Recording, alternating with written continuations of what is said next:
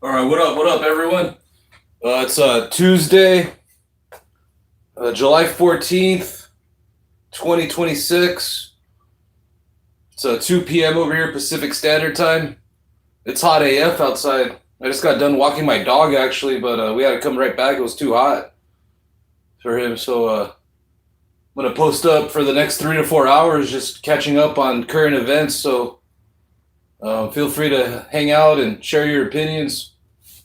So first we'll start out with this Donald Trump, what is this, like a Donald Trump White House meeting he had with the Prime Minister, or this is titled President Trump participates in a bilateral meeting with the Prime Minister of the Republic of Iraq.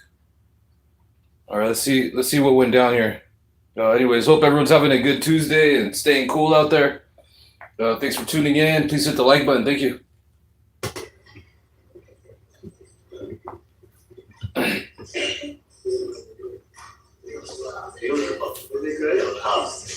It's a great place.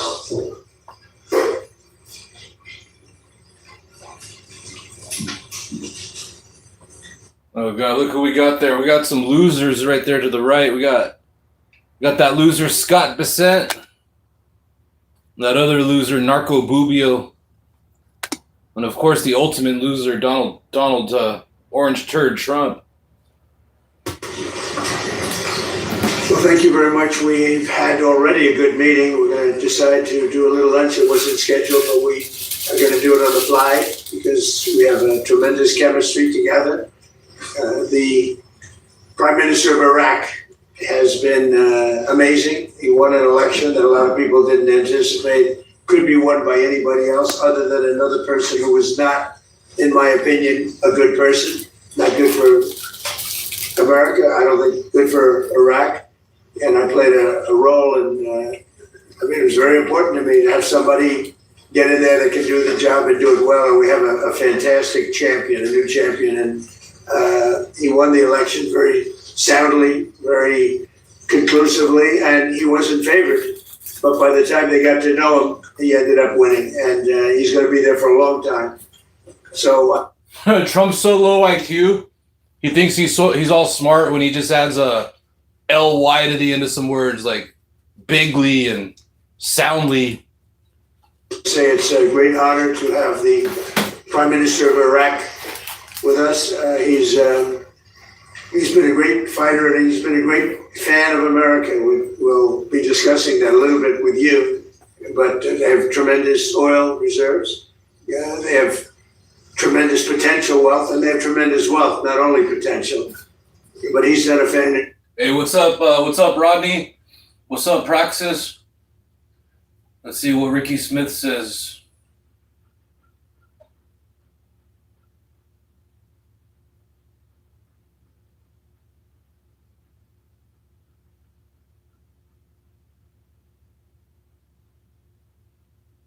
Oh, for real? Hey, screw that Save Act. They're trying to throw that in with the clock change. Man, what a bunch of con artists. At the time, he's changed that country so much, especially toward their thinking about the United States. And we have partnerships. Chris was just saying we have tremendous oil partnerships all of a sudden being formed over the last short period of time. And I guess you're going to be announcing them this week or next week. But massive, among the largest. So they have done a fantastic job over the last very short period of time. But they have a great leader, the new Prime Minister. He's a great leader. I think he's going to be there for a long period of time. And it's great to have you at the White House. Thank you very much. Okay. And he's a young man. He's young and he's handsome, which I don't like. I'm not happy about it. شكرا جزيلا لقد عقدنا اجتماعا جيدا وقد دعوته الى وجبه الغداء وهذا لم يكن ضمن البرنامج والجدول الذي اتفقنا عليه لكن هنالك كيمياء عظيمه بيننا وبينهم. رئيس الوزراء يقوم بعمل رائع. أنا لم يتوقع أحد أنه سيفوز في هذه الانتخابات لكن المرشح المضاد له كان شخص لم يعجبني ولم تكن لديه آراء جيدة تجاه أمريكا لكن كان من المهم جدا لي أن تفوزوا أنتم في هذه الانتخابات وأنتم تقومون بعمل رائع جدا والآن لدينا فائز جديد لم تكن حظوظه كبيرة لكنه مع ذلك نجح في هذه الانتخابات. هو شرف عظيم بالنسبة لي أن أستضيف دولة رئيس الوزراء هنا في البيت الأبيض. هو محارب عظيم وهو أيضا من المعجبين بأمريكا والولايات المتحدة. العراق طبعا دولة غنية لديها كثير من الاحتياطات النفطية وهي دولة مليئة بالثروات وفي وقت قصير تمكنتم من القيام بالكثير وتغيير على الأقل تغيير شعور العراقيين تجاه أمريكا وكما قال كريس وزير النفط وأشار إلى ذلك أن هنالك صفقات تجارية كبيرة في مجال النفط سوف يتم الإعلان عنها هذا الأسبوع. أنتم تقومون بعمل رائع وقمتم بعمل رائع خلال وقت قصير. رئيس الوزراء طبعا هو أيضا قائد عظيم وأعتقد أنكم ستخدمون في هذا المنصب لمدة طويلة. طبعا أنتم شاب أيضا ووسيم وهذا طبعا لا يعجبني لكن مع ذلك شرفني أن أستضيفكم هنا. أشكر حفاوة الاستقبال فخامة الرئيس دونالد ترامب. Thank you for the warm welcome by His Excellency President Trump. وهذه هي زيارتي الأولى. This is my first visit إلى الولايات المتحدة to the الأمريكية. United States of America. فهذه الزيارة لم تكن زيارة عابرة. This visit was not just like a visit, وإنما زيارة أعلان الشراكة اقتصادية. rather it's an announcement of economic partnership. تحدثت مع فخامة الرئيس. Where I talked to His Excellency. 30/9 سوف تخرج القوات On الأمريكية. the 30th of September, the U.S. forces will be out of Iraq, وسوف تدخل الشركات الأمريكية. while these companies will be inside Iraq. ودائما تطلق العلاقة الاجتماعية هي الشراكة الاقتصادية وليس العسكرية. And the social relations is about like economy. It's not like about like military relations. أنقل تحية. Hey, it's a hot one, guys, but cheers. Stay hydrated, my friends. Ice cold water right here. I will convey my greetings. من أقدم حضارة في العالم. But what up, everyone? Happy Tuesday. Thanks for tuning in. We're going to check out this Donald Trump press conference. We'll check out some other current events. Everything that I'll be playing is stuff that happened as of today. So we'll see like a press conference, various press conferences like regarding like ICE, DHS, some other stuff. civilization in the world, إلى أكبر قلب اقتصادي في العالم biggest وتكنولوجيا. economic and technology MAGA grinder Mike Johnson's over there crying. We'll go see what he's crying about. part in the world. وأكرر شكري إلى فخامة الرئيس على قوة الاستقبال. My thanks to His Excellency the President for the warm welcome. Thank you very much. Please. Go ahead.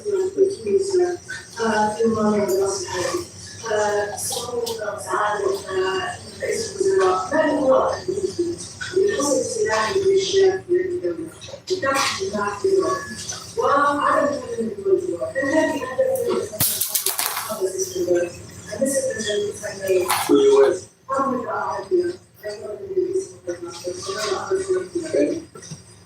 Sir, is the original article of Iran, is this a strategy to bring them back that you visit the break them, so the regime will eventually. Well, we don't think we need the military there anymore. It's a very it's a big operation.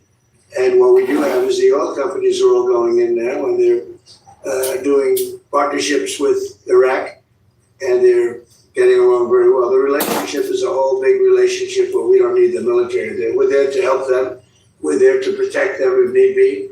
But we don't think that's going to be necessary. And their primary, I consider an opponent, they might have considered. All right, get ready, guys, because get ready for the gaslighting. Put your gas mask on, because Donald Trump's about to gaslight us with his Dookie Don diaper. All the poop that comes out of it comes out of his mouth too. Everything this guy says is nothing but a lie, because he's nothing but a fraudster and a con man. Friend, but I consider that an opponent was Iran. It was a big burden on Iraq because they were the bully of the Middle East, as you know.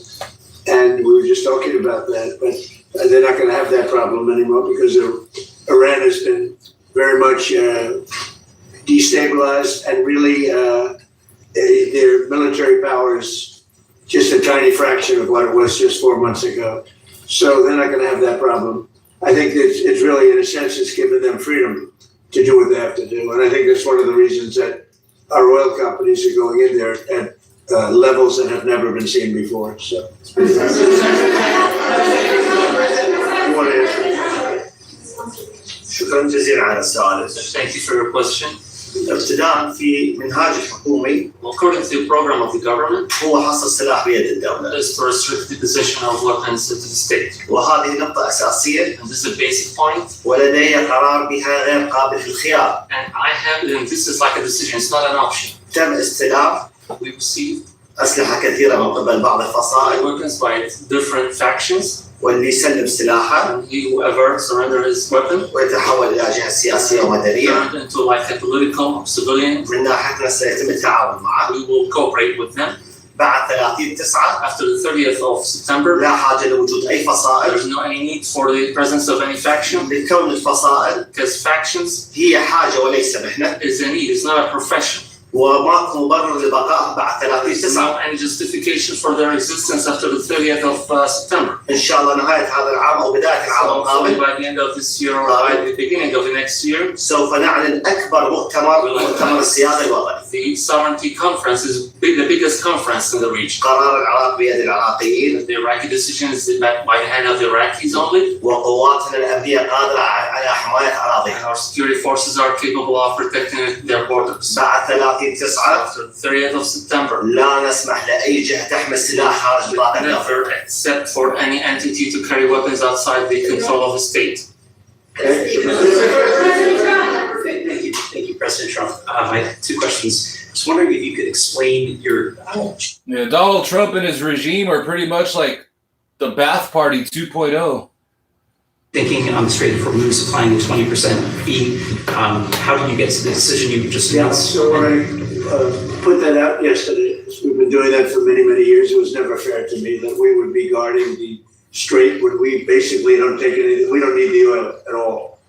And Oh, he's doing the accordion hands. That means he's telling some super duper lies. what's there? The liar and thief. But it was important for allies. It was important for people that we get along with very well, including the major Gulf state countries. So I put it out yesterday. I thought it was good. I was called by different people, different countries, kings and emirs and all of the people that we all know and we all love. And they've been very strong partners. And they said, we'd love to do it a different way. We'd love to invest in the United States with billions and billions of dollars and continue our record setting, because there's never been a time like this with the United States, with the factories, with the plants, with everything else. And we would like to invest tremendously in the United States as opposed to charging a fee. And I like that actually, because I don't think anybody should be able to charge a fee for the straight or for any other straight relationship in terms of other sections of the world. I don't think anybody should be really in that position. But we were doing it as a reimbursement. The Gulf states are going to invest a tremendous amount of money into the United States, and that was very satisfactory to me. I think it's actually much better. If I could also ask, are you aware of why the FBI is looking into Senator Graham's death? Have you gotten any updates on why they ransom him? Well, I don't know why, because I think, he had a problem. You see how his eye movement went to the right there? That means he's trying to figure out a lie to tell. He knows why the FBI's there. The FBI's there to get rid of evidence. Of all the evidence of Donald Trump in compromising positions. Father had a very similar problem, as you know.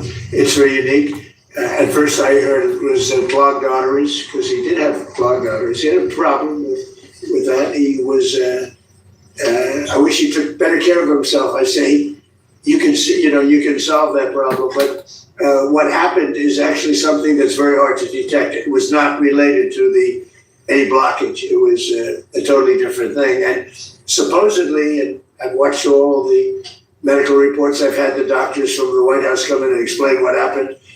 Hey, what's up, Praxis? For sure. Definitely Trump's the bath party 2.0. This is something that is almost undetectable.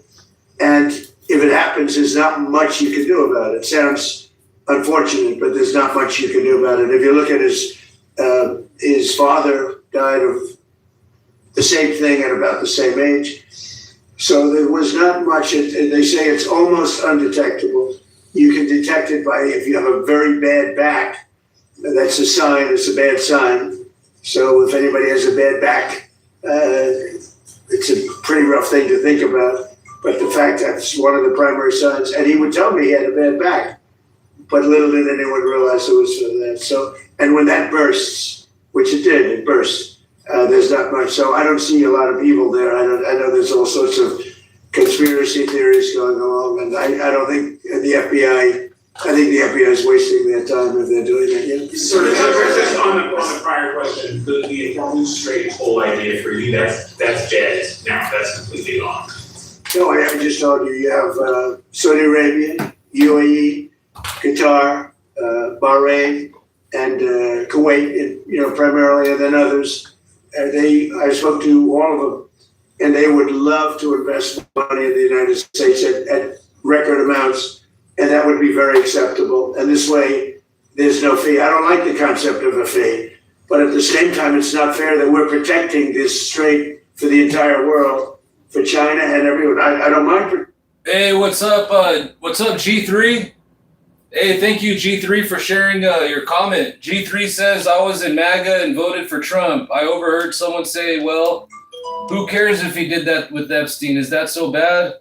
Hearing that as a father was the red line. It revealed a lot more to me. Hey, there you go, G3. Hey, you found the light. Hey, congratulations. Hey, everyone give a round of applause for G3 for being a reformed MAGA cult member. You're officially now a human being with a brain, a heart, and a soul. And for all you MAGA cult members out there, there's hope out there. Just look at G3 for inspiration. For China, I don't mind protecting it for anybody, but it's unfair that we're not in somehow compensated. And we've been doing this for many years. It's bothered me. 25 years ago, it bothered me. During my first term, I was doing things like you have to invest in the United States. But by doing it that way, there's no fee. They're investing and they're getting a return on their money, and it's good. But they're going to be making massive investments into the United States, and I like that much better.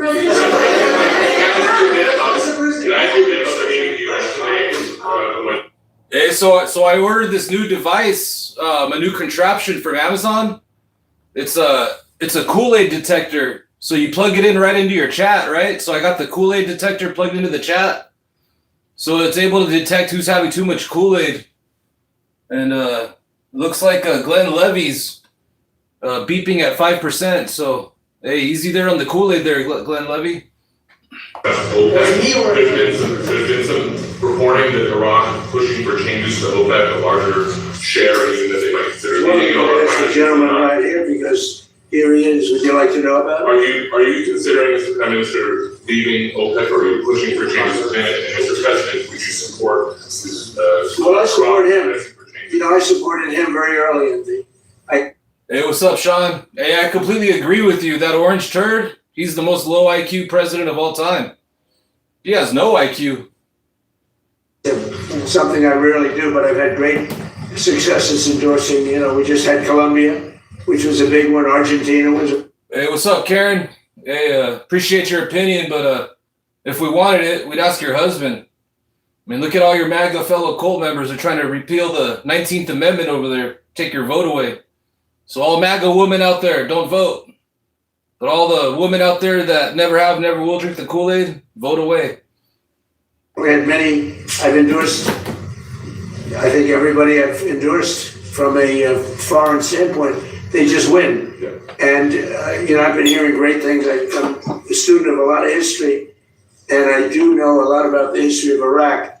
And I've watched what was happening in Iraq with the elections, and I put a very strong endorsement out because I was very unhappy with the man that was supposed to win the election. Oh yeah, just like you did with Viktor Orban, you orange turd. Haha, a bunch of losers. Yeah, MAGA movement's dead, buddy. Anything you touch turns to crap. Look at the reflecting pool in the White House. The July 4th fair. This great gentleman, I think he's going to end up being a great leader. He won, so I'm very happy about that. As far as OPEC, that's his decision, and you might ask him that question. لا أوبك إحنا أحد البلدان المؤسسة لها. We are one of the countries that established OPEC. لكن نريد حقنا وحصة منصفة للعراق. We need like a fair share for Iraq. العراق حارب داعش. Iraq fought ISIS والإرهاب بأجمعه. and terrorism and all. وبدعم الولايات المتحدة الأمريكية. Support the United States of America. وهذه الحرب مع. Hey, what's up, G3? The thing what happened with the Republican Party is they got hijacked by this orange turd party. There are nothing but grifting and making money and stealing and committing crimes against humanity. This fight with ISIS. Like the only good dude on that side, in the Republican Party left was like Thomas Massey. نفقات كبيرة. Cost us like huge amounts of money. ودمرت البنى التحتية And العراقية. destroyed the Iraqi infrastructure. مقدار الضرر اللي أصاب The العراق damage that really was against Iraq أكثر من 400 مليار دولار. is more than $400 billion. لليوم بعض العراقيين مدن مدمرة. So today, like some Iraqi cities are totally destroyed. ويسكنون في مخيمات. They like live in camps. والآن لدي خطة أعيدهم إلى دورهم. I have a plan to get them back to their homes. نريد حصة منصفة We للعراق need a fair share. لا أكثر من We ذلك. need a fair share. You know, I'd like to answer because if you remember, even though I was a civilian and had no thought of running for president, I got a disproportionate amount of publicity, as you probably heard. And I used to say, don't go into Iraq. Don't attack Iraq. Frankly, they attacked the wrong country. And they did a lot of damage. Thank you. Given how the Iranians have been behaving, do you have any regrets about lifting the naval blockade or giving the sanctions No. waivers? No, I gave them a chance. I wanted to give them a chance at making a deal. You know, we had a deal 2 days ago. It was done. And then all of a sudden, they couldn't do it. They didn't like something about the deal. They couldn't do it. And they shot first. And that was a big mistake that they shot first because we have been knocking the hell out of them. They're very difficult people. 47 years we put up with it. The SS Cole, you go back all the way, thousands of people, thousands of Americans were killed, a lot of soldiers were killed. A lot of soldiers are walking around or not walking around. I mean, they've been so badly injured. the arms, the legs, the face, with the Soleimani, with the bomb. They call it the roadside bomb. Most people call it the roadside bomb. It's a disaster. And I killed him in my first administration. Had I not, it might be a different story today. He was a mad genius. He was probably a madman, but he was a general, and he had total control over the country. And I actually think the leaders of Iran were afraid of Soleimani. But I killed him. And by the way, with him went a very bad person also. They happened to be meeting each other at the airport. And a very bad person from Iraq happened to be a leader of Iraq, happened to be killed in that same incident. So I don't know if I did you a favor or not. I've never asked you that question. You probably would know better than me. But no, I think that what we've done to Iran is we've taken away almost all of their military capability.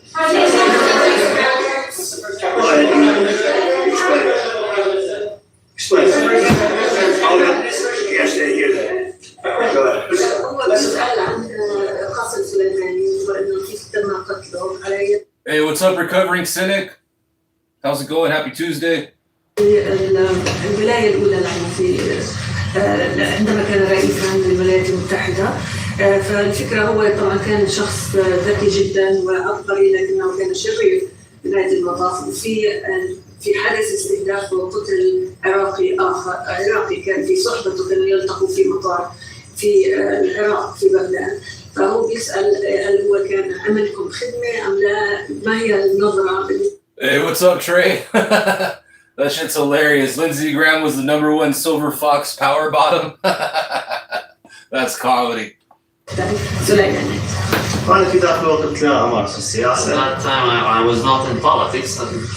وأريد كل جايتين نتحدث عن المستقبل شو راح In نسوي. my visit, like I'd like to talk about the future. شرعانين الماضي القريب. Now, like we are fed up with the past.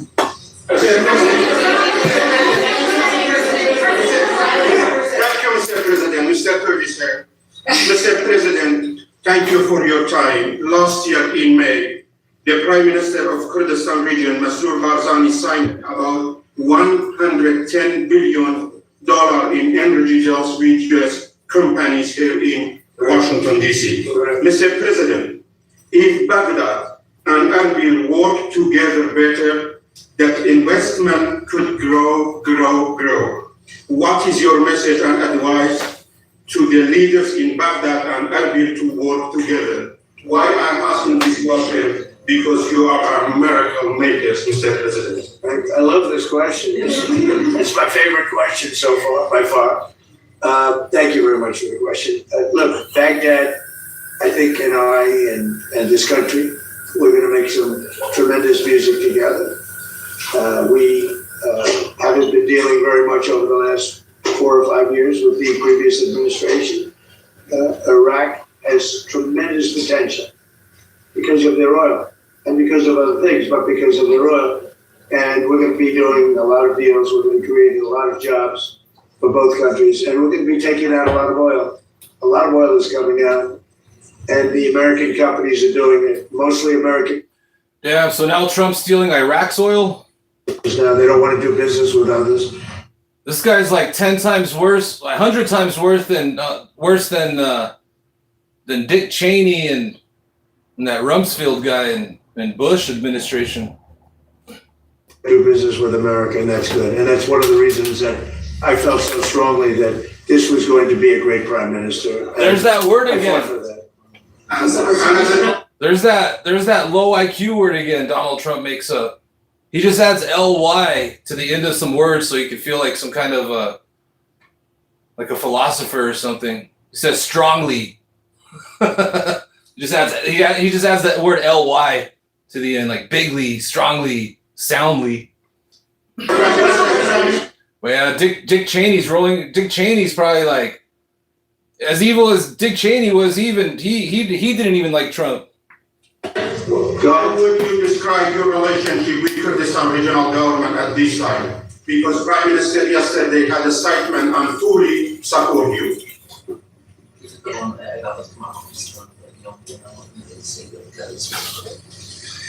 أنا أنظر للعراق جسد I look at Iraq as a body. وكل رقعة جغرافية في العراق هي عضو من جسدي. Each part of Iraq is part of my own body. فما راح أميز عضو عن آخر. I would never distinguish between any organ. ولا يمكن أن أقطع جزء من جسدي بيدي. I cannot cut off any part of any organ from my own body. كردستان جزء مهم من العراق. Kurdistan is such an important part of Iraq. لا يختلفون عن البصرة وعن المحافظات الأخرى. No different than Basra and other provinces. But because such nice things were said about him, that means he likes the man that said those nice things.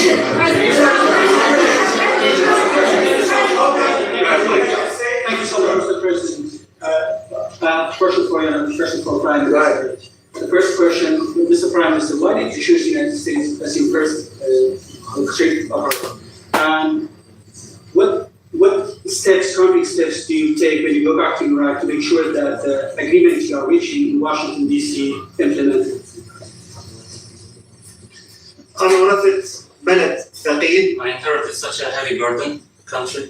وأنا كماجستير مالية. I have a master's degree in finance. حللت الوضع الاقتصادي للبلد. I analyzed the economic situation of the country. هذا الثقل يراد معي شريك استراتيجي يحمله معي. This burden, I need such a strategic partner to really lift this burden. وأهم شريك استراتيجي في العالم. The most important strategic partnership in the هو الولايات world المتحدة is the الأمريكية. United States of America. فلم تكن زيارتي عابرة أو من فراغ. It wasn't just like any visit or I came out of ولم تكن عاطفية وإنما It's not عقلية. emotional, it's about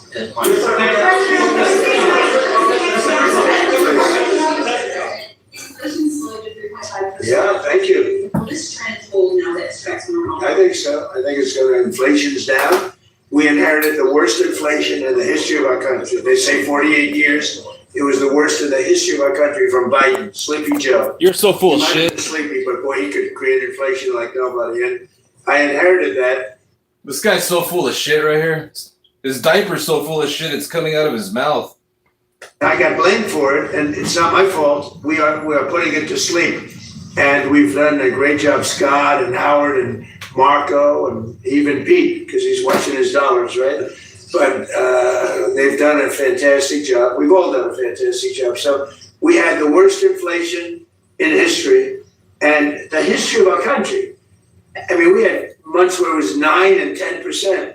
And now we have a report just came out. It was just released. And thank you for bringing it up.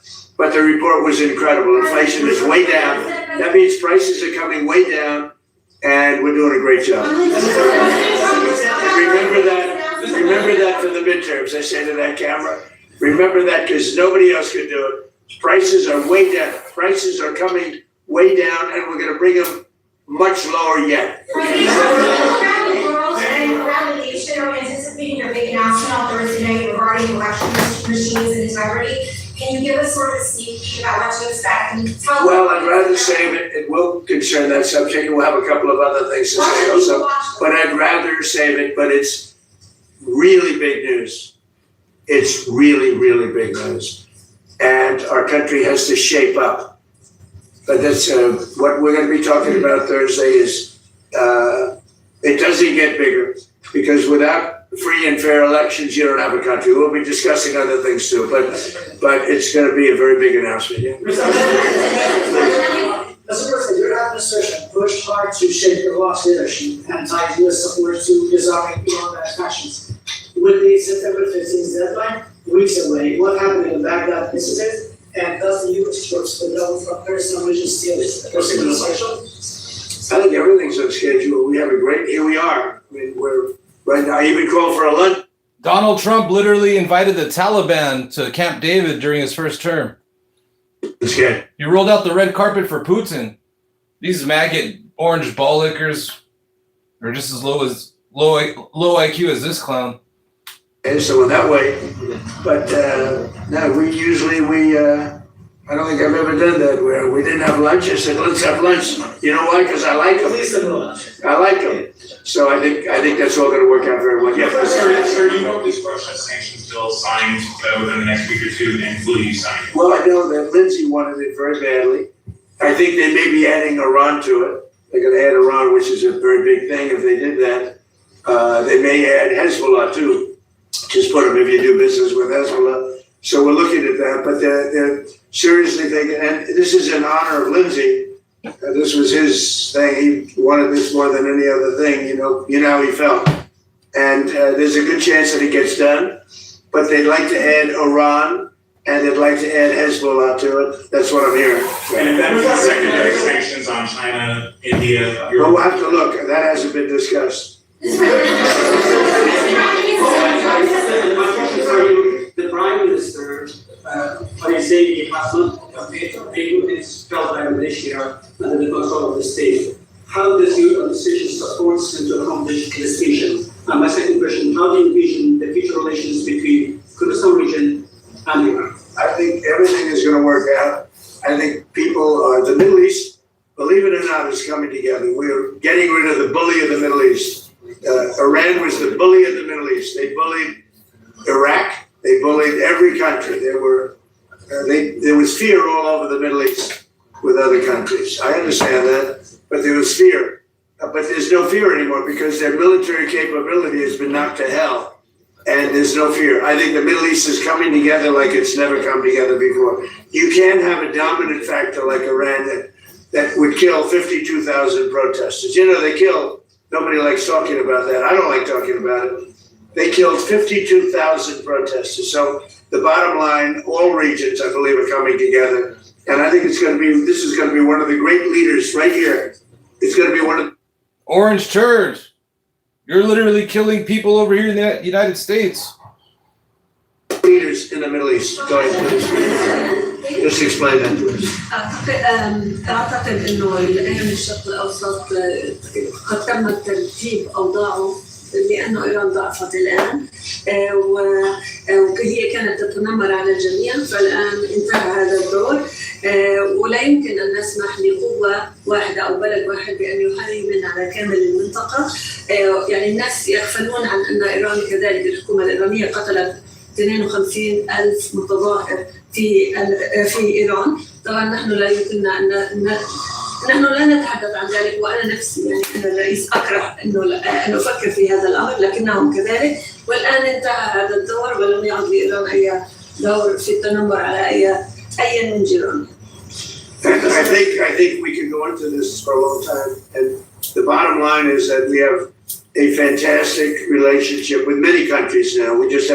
I just came back from NATO. Many of you were there and you saw how that worked out. It was a phenomenal, it was a love fest, to be honest. And they love the United States.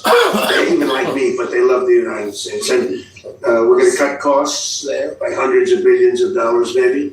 But the NATO event was incredible. Today's event is incredible. There's a potential. The NATO event was incredible, he says. Oh, man, that was like the worst. Dude, you embarrassed the whole country, you orange turd. Great country.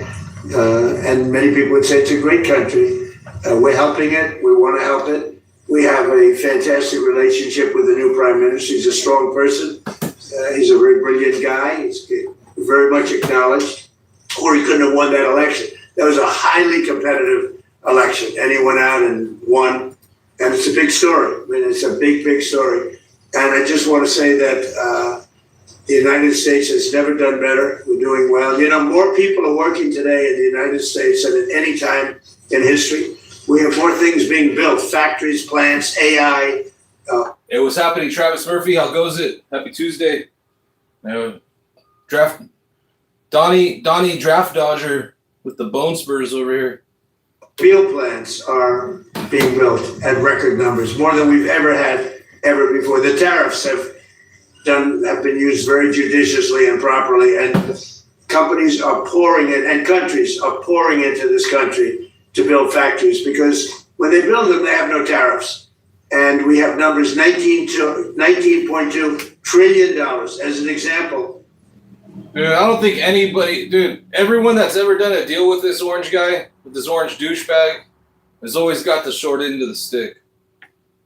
Biden, it was less than 1 trillion for 4 years. We're at 19.2 trillion for 12 months. Nobody's ever seen anything like it. Our relationship with Iraq is, I would say, it went from being not so good to being outstanding. And We're going to have a long-term relationship with Iraq. We're going to have a long-term relationship with a man that will be a great leader. You mark my words. I knew what I was doing. This man is going to be a great leader in the Middle East, beyond Iraq. His influence is going to spread all throughout the Middle East. And we're very happy about it. And we are very happy to have you with us. Thank you very much.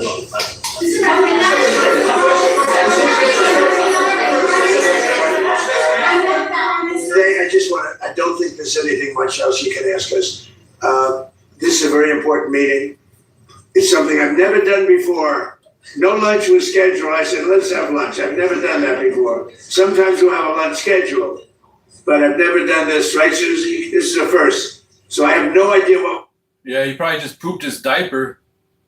Probably just sharted with his measles and his hookworm and explosive diarrhea. Eating, but he's a parasite. He just spreads disease everywhere. We're doing it because we like the people that we're with. Thank you very much.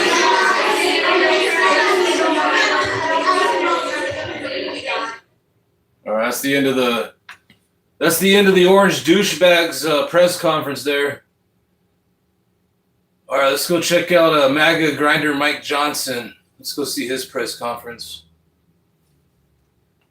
Fled communist Cuba in search of freedom here. All right, so let's go to the beginning here.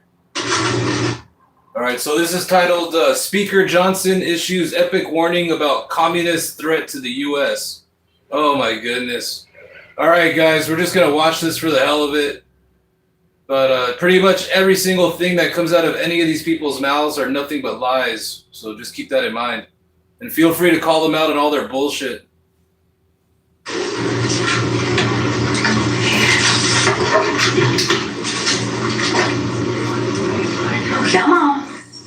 Come on, people now. Shine on your brother. Everybody get together. Jesus. These MAGA meat-riding politicians are the weirdest people, I swear. Yeah, MAGA Mike Weasel Grinder Micro Johnson over there always has this like guilty look on his face, like he did some like something naughty. That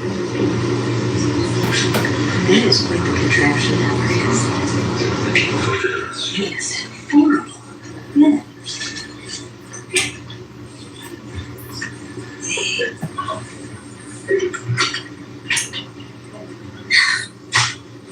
Well, good morning, everybody.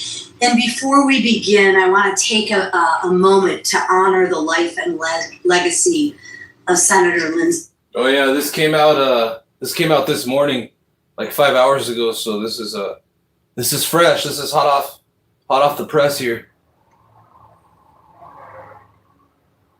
Senator Graham was a stalwart defender of conservative values, a staunch ally of President Trump, and a devoted public servant. And he spent decades fighting for the country that he loved. His sudden passing is a tremendous loss, not only for South Carolina, but for our entire Republican Party, but for our entire nation. Our thoughts and prayers are with his family, his friends, his staff, and all of those who knew him and loved him. Senator Graham understood that freedom is never guaranteed. All right, nobody cares about Lindsey Lady Graham. Just fast forward this lady talking a bunch of nonsense. I mean, they all talk a bunch of nonsense, but let's fast forward it to MAGA Mike Grinder Johnson. Let's go see what this clown has to say over here. This guy's still yapping over there. All right, here he is. Here's the grinder man himself right here. All right, here we go. In this great Congress is our Speaker, Mike Johnson. Thank you, Mr. Leader. Thank you, Carlos Jimenez, for sharing your incredible life story. Thank you to Chairwoman McClain. We're a little more animated these days than normal. I brought a little fire to our House Republican Conference meeting this morning because I feel like Carlos does. I believe everything is at stake right now. This isn't campaign rhetoric. It's not hyperbole. You see what's happening around America. I am often reminded these days of the writings of the founders, the warnings of the people who put together the principles that made us the greatest nation in the history of the world. They warned us against times like this. In more recent times when we were kids, in the 80s, Ronald Reagan used to remind us all the time, you hear me repeat it, you have to understand freedom is never more than one generation away from extinction. It is not passed along in the bloodstream. Reagan said it must be fought for, must be protected, it must be taught, passed along to the next generation so that they too will understand these principles that hold us together. I'm somewhat of a historian. I'm a constitutional law attorney. I know many of you we're all amateur historians here. You must be if you work on Capitol Hill. You watch and follow these developments. There's a small number of times in the history of America where the actual experiment in self-governance was on the ballot. The idea that we would preserve a constitutional republic, a one nation under God, a government of, by, and for the people, all that is in question right now. For the first time, really, in my lifetime, this is a real question. Man, this guy's so full of shit. He's more concerned about not jerking off than feeding the poor. To decide in November in a midterm election for Congress and Senate. It's not something that we would have projected. I hoped and prayed it would never come to this, but here we are. The barbarians are in the gate. Last night I did a little, in a big group actually of VIPs that took on a tour. I don't get to do that very often anymore, but took a tour of the Capitol, a quick one. We wound up on the House floor, and I pointed to them, as you may have heard me reference this often. I think of it a lot.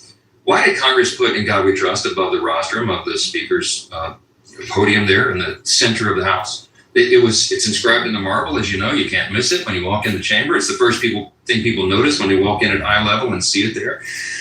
And I pointed out that in the visitor's guide to the House, it explains that. It says it's put there in 1962, and it says in the visitor's guide, it's been published for many years, it said Congress voted to place that there as a rebuke to the Soviets because of their philosophy during the Cold War.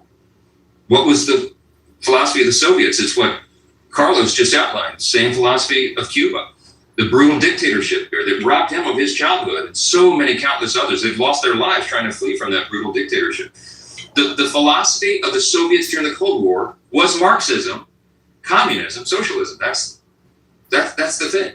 And when Congress voted in 1962 to put that there, it was right after your childhood in the late 50s when the Castro took over and destroyed Cuba. It was a completely foreseeable result. We were fighting it during the Cold War on distant shores in the USSR.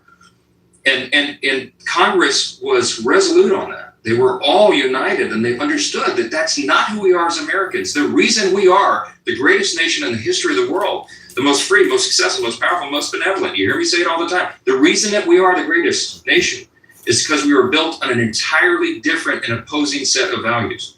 Congress put "In God We Trust" above the rostrum because they wanted to remind everybody who would ever serve in this body in Congress that there's a huge distinction between us and the Soviets' philosophy. Communism, Marxism, socialism, all this begins with the premise that there is no God. It's a totally different philosophy.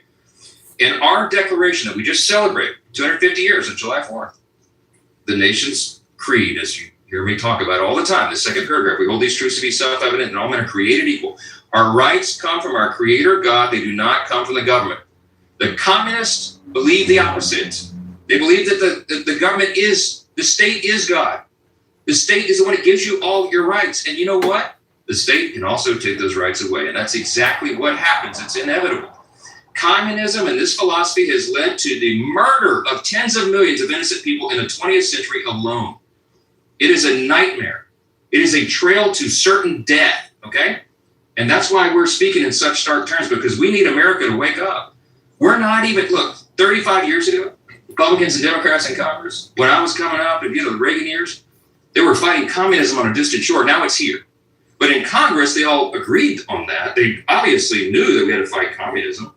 And so what they were doing here for domestic policy, that was foreign policy. Domestic policy, they were arguing over, marginal tax rates and the shades of regulation and how large the government should be. There wasn't a huge difference, a chasm between the two parties. Those days are gone. Right now, domestically, we are arguing, we are debating, we are fighting. The election will be over whether we're going to maintain our freedom in a constitutional republic, the greatest experiment in self-governance in the history of the world. the longest surviving constitution on the planet, the nation that everybody wants to emulate and everybody wants to come here. We have to seal our borders so they won't flood over them. We're the only nation in the world that has that distinction. We're the last great superpower. We are the greatest nation in the history of the world. We are fighting right now in Congress over whether we're going to maintain our status as a constitutional republic or we're going to trade that in, dismantle the foundations, and go down this dark road of death to communism. That is the question on the ballot this fall. So, yo, bro, hey, MAGA Mike Grinder Johnson, hey, the 1950s called. They want you back. They're Red Scare tactics. And the 1950s called, buddy. They want you back. Now, DSA published their platform. I hope you're all covering. I hope you're writing in depth about their platform. I read it out at an event a few weeks ago, and they made an ad mocking me reading their platform. Now, they didn't put the clips with the worst parts of it. Representative Jimenez just told you, Carlos told you that. Well, of course they want to pack the Supreme Court, and they. Hey, what's up, madam? Howdy. Hope you're having a good Tuesday out there. What up, everyone? Hope you're all having a good Tuesday. Thanks for hanging out. We're watching this MAGA Mike Grinder Johnson press conference he had earlier today. He's just telling nothing but lies as usual. But feel free to call him out on all his bullshit. And feel free to hang out, and say whatever's on your mind. Appreciate anyone that is. And hitting the like button. Thank you. Unicameral legislature, they want the House to run everything, abolish the Senate. And special shout out there to everyone out there that never has and never will drink the Kool-Aid. Pat yourselves on the backs for having a brain, a heart, and a soul. Because they believe the House will be run by Marxist communists. They'll be able to run the table on everything. They want to remove the president. What they also want to do is abolish all borders. They don't want any borders. They want mass amnesty granted to anyone who can come onto our shores without. I mean, I honestly hate listening to these people, but you got to listen to these psychopaths to see what the hell they're yabbering about. These guys are sick individuals, right here. Got to see what they're up to. Even for terrorists and hardened, dangerous criminals. Okay, they don't want prisons. It's in their platform. They want to remove the carceral state. They said no prisons. They don't want to fund the police. This is not a game. Everybody needs to understand. These crazy little mini mamdanis who are popping up all around the country, they are a danger to you and your mini mamdanis. Look at this guy. What a moron. MAGA Mike moron. This is not a game. If they promise you free stuff, there is far more beneath those promises that even some of these people do not understand themselves. And so we are here as the Republican Party to stand on the founding principles of the greatest nation in the history of the world. It is our duty to do that. And we're doing it on behalf of all of you, even the journalists who don't agree with our policies all the time. You better agree on these principles, because this is what keeps you free. By the way, it's what keeps the press free, okay? This is essential for your well-being and your family.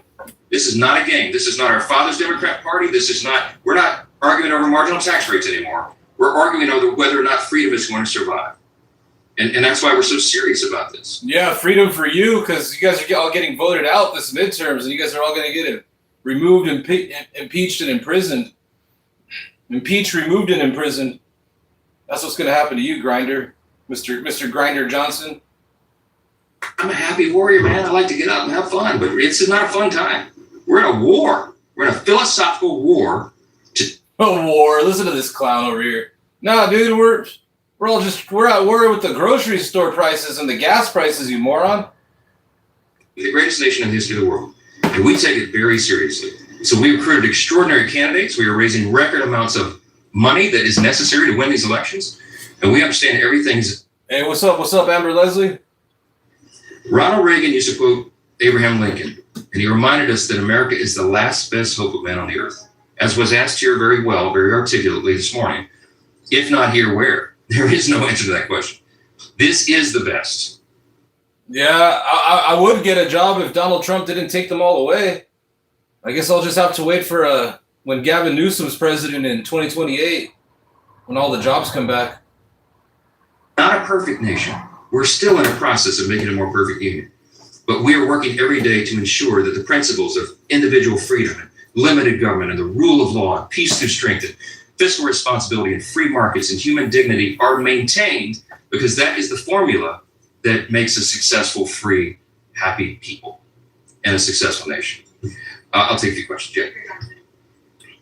There's been a lot of discussion about what's going to be included in this reconciliation transformation bill. Can you walk through how important and how imminent it is that the Pentagon needs additional funding and what that number precisely is going to be in So the question was, can you list the specifics of what the request is for the Pentagon? We've seen it's over $350 billion as a request.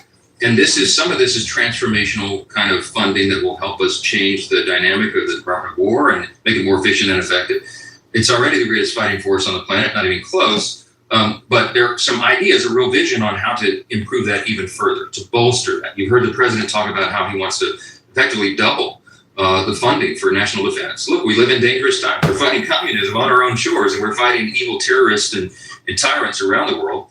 And we have to be able to protect our national security. So this is not the place to get into the details of that. We're having a briefing tonight at the Pentagon with House Republicans where Secretary Hegseth and his team will go through and outline a lot of this. Much of that's going to be classified, of course. But ain't nobody voting red. Hey, it's a blue wave tsunami. Just 110 more days until these bastards, the whole circus is voted out. Blue wave tsunami, all the maggots are going to get washed back out to sea, straight back to Jonestown.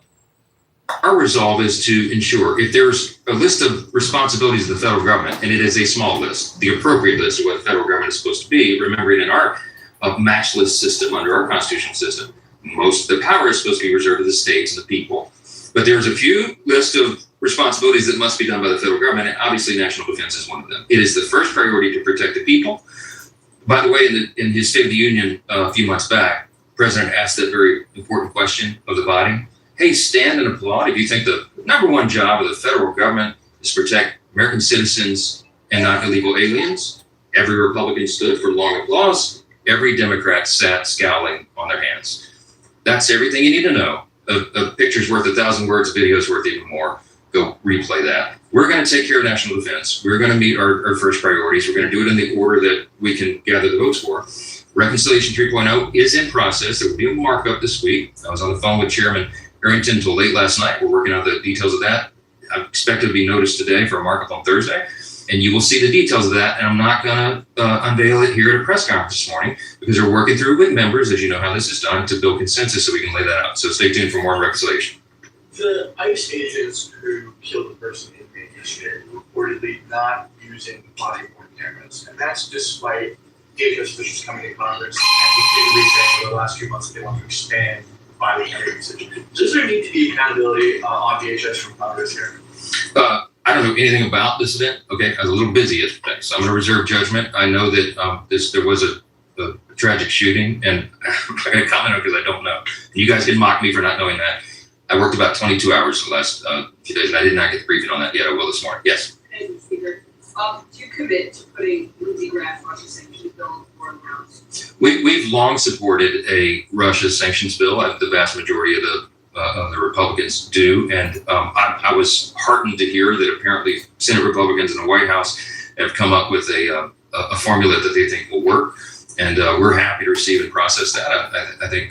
I think it's appropriate. I've always felt that way. So yeah. Last question.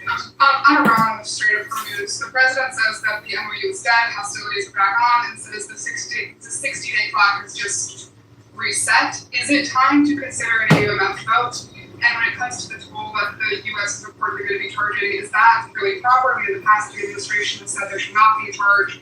Now, 20%. I'm going to let the White House answer to that. We're still awaiting further details on the toll idea. I was with the president for about 3 hours yesterday. We talked about it very briefly because we had a lot of other things on the agenda. I think they're... Hey, what's up? What's up, Penn? For sure. The MAGA cult minions are all brain dead. Absolutely. They suffer from a condition called MAGA mush brain. So what happens is they've been listening to Trump for 10 years and they pretty much sunk below his level. They're just comatose, suffering from like Stockholm syndrome. They got no prospects whatsoever. They're just a bunch of losers. But anyways, what up, everyone? What's up, gang? What's up, y'all? What's up, a balding Shaggy Rogers? What's up? What's up, y'all? What's up, D? What's up, Joey? How's everyone doing? Hey, welcome in. Thanks for everyone that's hanging out. calling out Trump on all his bullshit and building a community of non-Kool-Aid drinkers and reforming maggots while we're at it. We're waiting for the details and we'll determine that. With regard to the Strait of Hormuz, there is a memo of understanding, but Iran seems to have no interest whatsoever in maintaining any of those provisions. And when they are firing on commercial vessels in the Strait of Hormuz, it's a danger. Hey, what's up, Christian? What's up, gang? What's up, Praxis? All freedom-loving people around the world and the economies of almost every nation on the planet. And so the response from America is appropriate. What do you do with these people? Listen, they're not good faith actors. They cannot be trusted. The people that are in these negotiation rooms, as the president said himself yesterday, they will say one thing and literally walk out the door and do the opposite. So it's a very sticky situation there. When you're trying to have a negotiation with... Hey, what's up, Brian? Hey, good to see you. Yeah, I remember you for sure. I'm glad you found it again as well. Thanks for hanging out. You know is lying to you to your face. That's the challenge we have, and we trust the administration is going to continue to work to resolve this. We need to, we want to, of course. I'm heartened that gas prices have not risen again. We're about $70-something a barrel last time I checked. We need to keep that under control, and commerce in the Strait of Hormuz is important. There's at least, by my count, dozens of nations, scores of nations probably at this point, who are willing to assist, I think, if asked, to help police the Strait of Hormuz. So we'll see how that develops. I think it's a job for everybody. I'm going to defer for closing comments to Carlos Jimenez because there's something on his heart, I think. Go ahead. Yeah, the speaker made mention of the fact that the Democratic Socialists are promising to defund the jails. That's a lie, and I'll tell you why. The lie is that not only will they keep the jails, they'll add more jails. The jails will be for those political dissidents that are willing to express their views. Oh, God. Cry me a river, you MAGA meat-riding politician. You guys are literally kidnapping people off the streets and throwing them in concentration camps. You psychopaths. Cuba, the Constitution says this. Today's Constitution says there's only one party that's allowed, and it's a Marxist Fidelist, as follows Fidel, and Leninist ideology, and that if you eat... Look at this guy. This guy's a moron right here.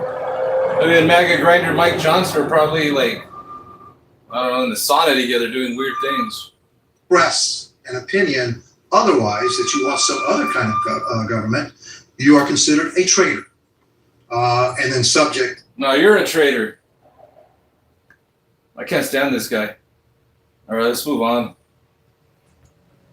All right, that was MAGA grinder Mike Johnson. Let's go check out this. Let's check out some real politicians over here. Let's go see what these guys have to say. All right, right here. All right, so this came out. This came out today. This morning. This is titled. These dudes are calling out Trump on his Gestapo goon murders. Let's see what they have to say. A just finished meeting, almost 2 hours. The war in Iran continues to drive up prices at home. Trump is undermining our elections. ICE is out of control, and Republicans have not put forward a single bill to make life more affordable. Unfortunately, this level of chaos and dysfunction has become a hallmark of Republican leadership. Their only significant bill, the Big Ugly Law, was also their cruelest. And 1 year later, Americans across the country are experiencing these consequences. Hardworking people are finding it more difficult to find a doctor when they're sick. They're finding it more difficult to put food on the table, and they're finding it more difficult to survive in this economy. Republicans moved heaven and earth to give billionaires a tax break, but when it came to lowering the grocery bill, Republicans cannot be found. This is a pattern. Republican leadership consistently prioritizes the elites over the working class communities we were elected to serve.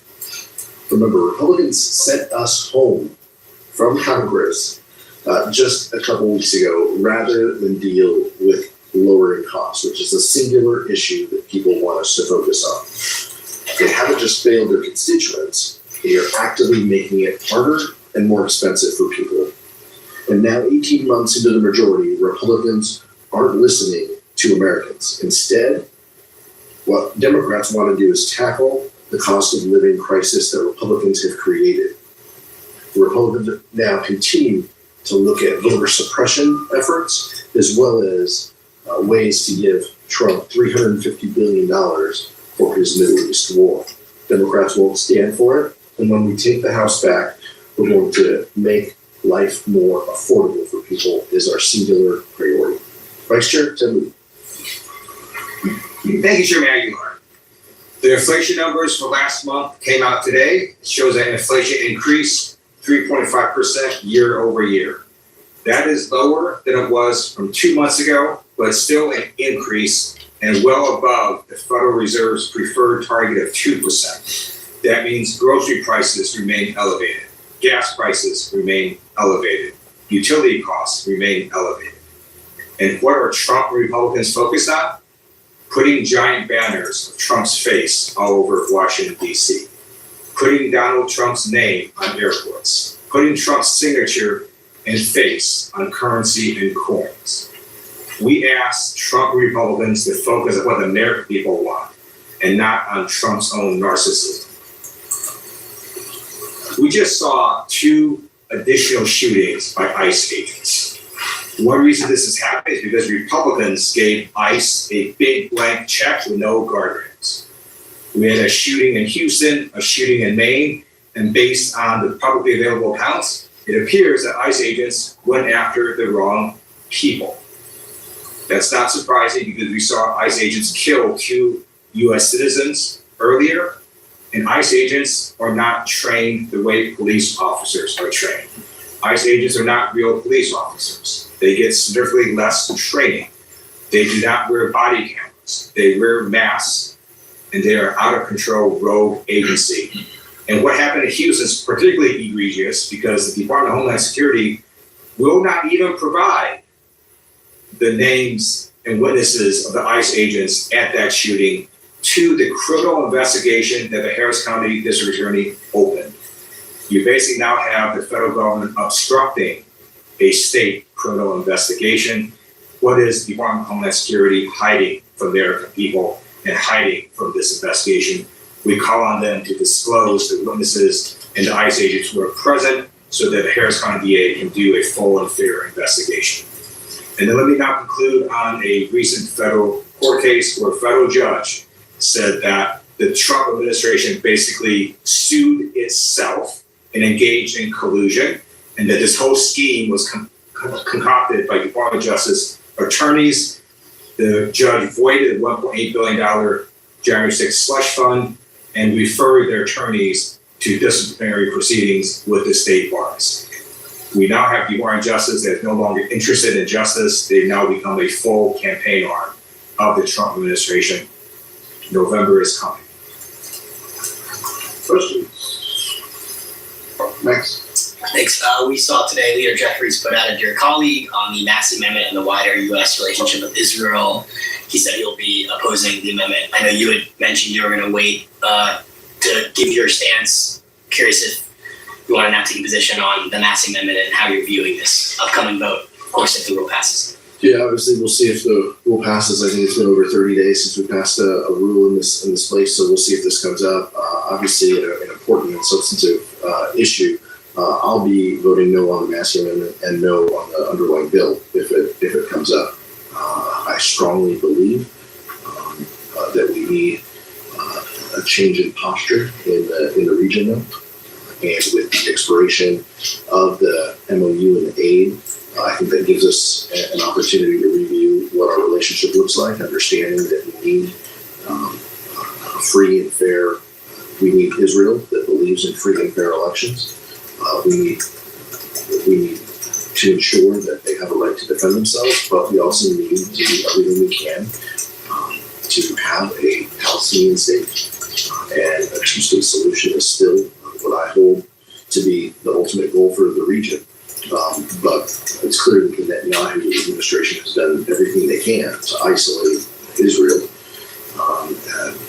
And we need to ensure that we are building more friends in the region, not having fewer. So I'll be a no on the Massey amendment and a no on the bill.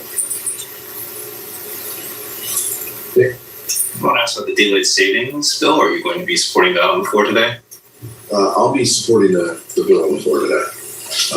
This is an issue. We heard some feedback from members as well. I know this is something that passed the Senate by unanimous consent in the past Congress, and we'll see how this vote turns out. I know it was one of multiple bills that Energy and Commerce reported out.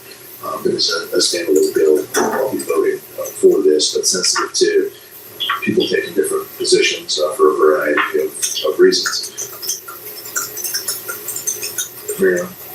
I wanted to ask again about the Massey amendments. Obviously led to quite a healthy debate among the House Democrats, and we've seen how opinion on the issue between Israel and Gaza has changed, even within the party.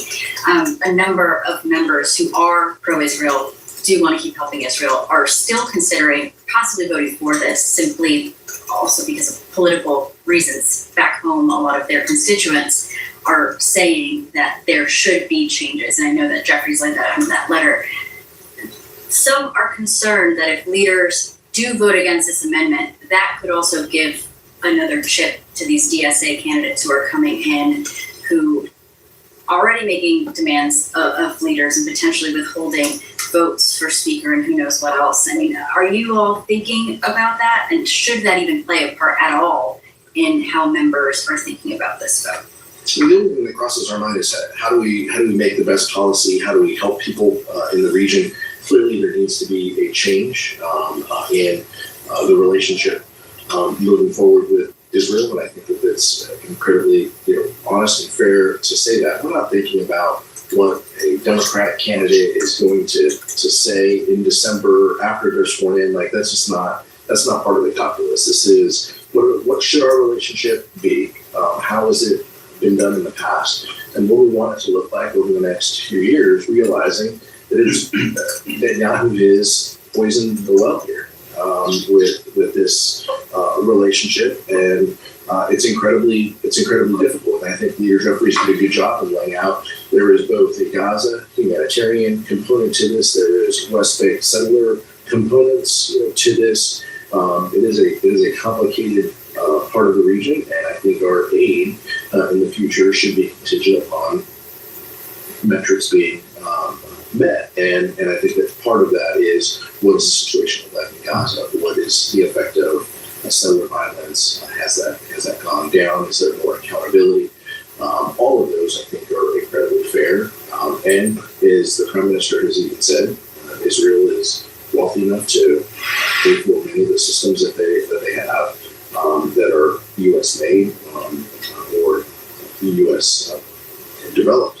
And so that I think should be part of the conversation. But members, I think from our perspective, from the Vice Chair's perspective, we wanted to ensure that members had an opportunity to be heard, to share their views to leadership.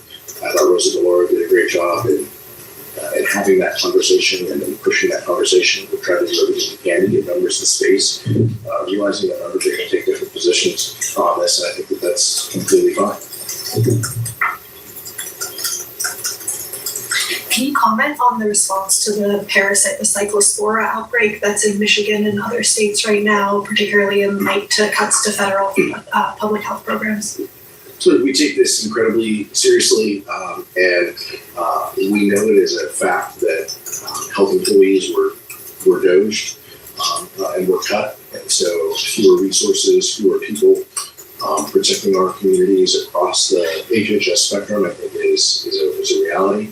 With more people to do everything that they can to protect themselves, and right now the best public health guidance is to wash your fruits and vegetables before you eat them. We'll follow the science and the doctors and ensure that we're doing everything we can to give resources to agencies that protect vital public health. I wanted to ask you about the Republican reconciliation question. How does this have an effect on appropriations negotiations? And also, if there are real sort of shortfalls in military stockpiles, how do you think Congress should respond to that? We should have a bipartisan conversation about what those stockpiles are, what the munitions levels are. The administration should be forthcoming with the information that they have. They haven't been. Multiple outlets have reported on that. And they just haven't been honest to Congress. They haven't included us. The administration wants a up or down vote from Republicans on this. They are not engaging the Democrats in talking about what our munitions levels are and what supplemental would look like. They have chosen this path, and Republicans are clearly wrapped around the axle trying to bend over backwards for the president to give him what he wants. He has received everything that he's asked for from this Congress. He has said himself that he's the speaker.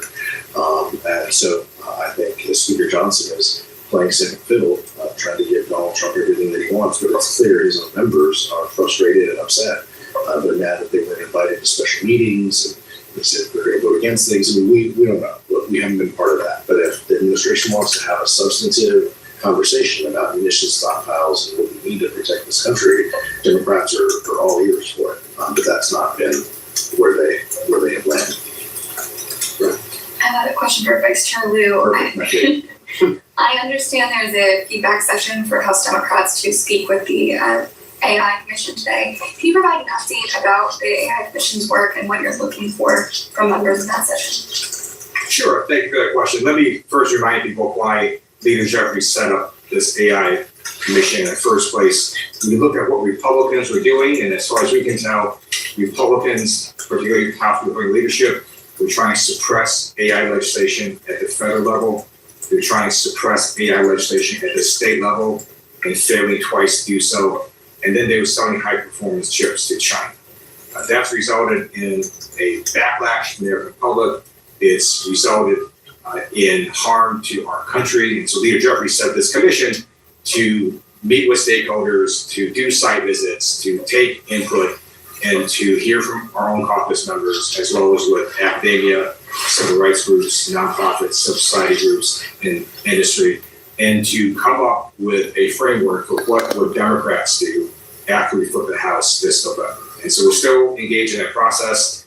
We've had prior AI feedback member meetings and feedback sessions. This is another one in the ongoing course, and the commission continues to proceed. This is also for Vice Chair Liu. What are your thoughts on the Sunshine Protection Act and how do you plan to vote today? So honestly, this is an issue that I don't really walk around thinking about. So I'm going to go do some research and then we'll let you know. Awesome. DHS is telling ICE agents to end most vehicle stops following the shooting in Maine. What do you make in this change in policy, even if it is only temporary by ICE? I haven't read that. I haven't read that report, but I think it would make sense given the fact that ICE is completely out of control. And as the vice chair mentioned, these are individuals who aren't trained to do traffic stops. They aren't trained in many of the tactics that they are being asked to conduct. These are folks who don't believe in accountability. And it's not enough to say these shootings are going to be investigated by the Inspector General, the OIG's office. Look, we haven't had full readouts from the OIGs on prior misconduct. So it's not enough. And when Susan Collins and other House Republicans give blank checks to ICE, this is what is going to happen. This is what we said was going to happen, and it is absolutely transpired. That this is a reckless and lawless agency who doesn't believe in rules and norms, and they are conducting themselves that way, and that's why they're shooting people, some with authorizations, some U.S. citizens, some with authorizations to work in this country. So that's just the reality of where we are. We welcome any changes that DHS has, but I'm also concerned that many of the changes that they're talking about are probably temporary, and just for a month or just for a state where a senator has a tough re-election. These aren't substantive changes, and this is real accountability. Real accountability will come when Democrats are in control. Thank you so much. All right, so that was a press conference that they had. Let's see what else we got in the queue here. What up, everyone? Happy Tuesday. Let's see what John Ossoff had to say. John Ossoff responded to Trump's threats. Trump's over there like using his time instead of feeding the people and making America first. He's over there crying about an election from like 6 years ago that he clearly lost. All right, let's go see what John Ossoff, true patriot John Ossoff. Thank you all so much for being here. Just a couple quick comments. First of all, when the president calls Georgia elections illegitimate, and if he calls Georgia's senators illegitimate, he is calling Georgia's voters illegitimate. The president of the United States tried to commit voter fraud in Georgia when he badgered Brad Raffensperger to, quote, find him the exact number of votes he needed to win in a state he had lost in 2020.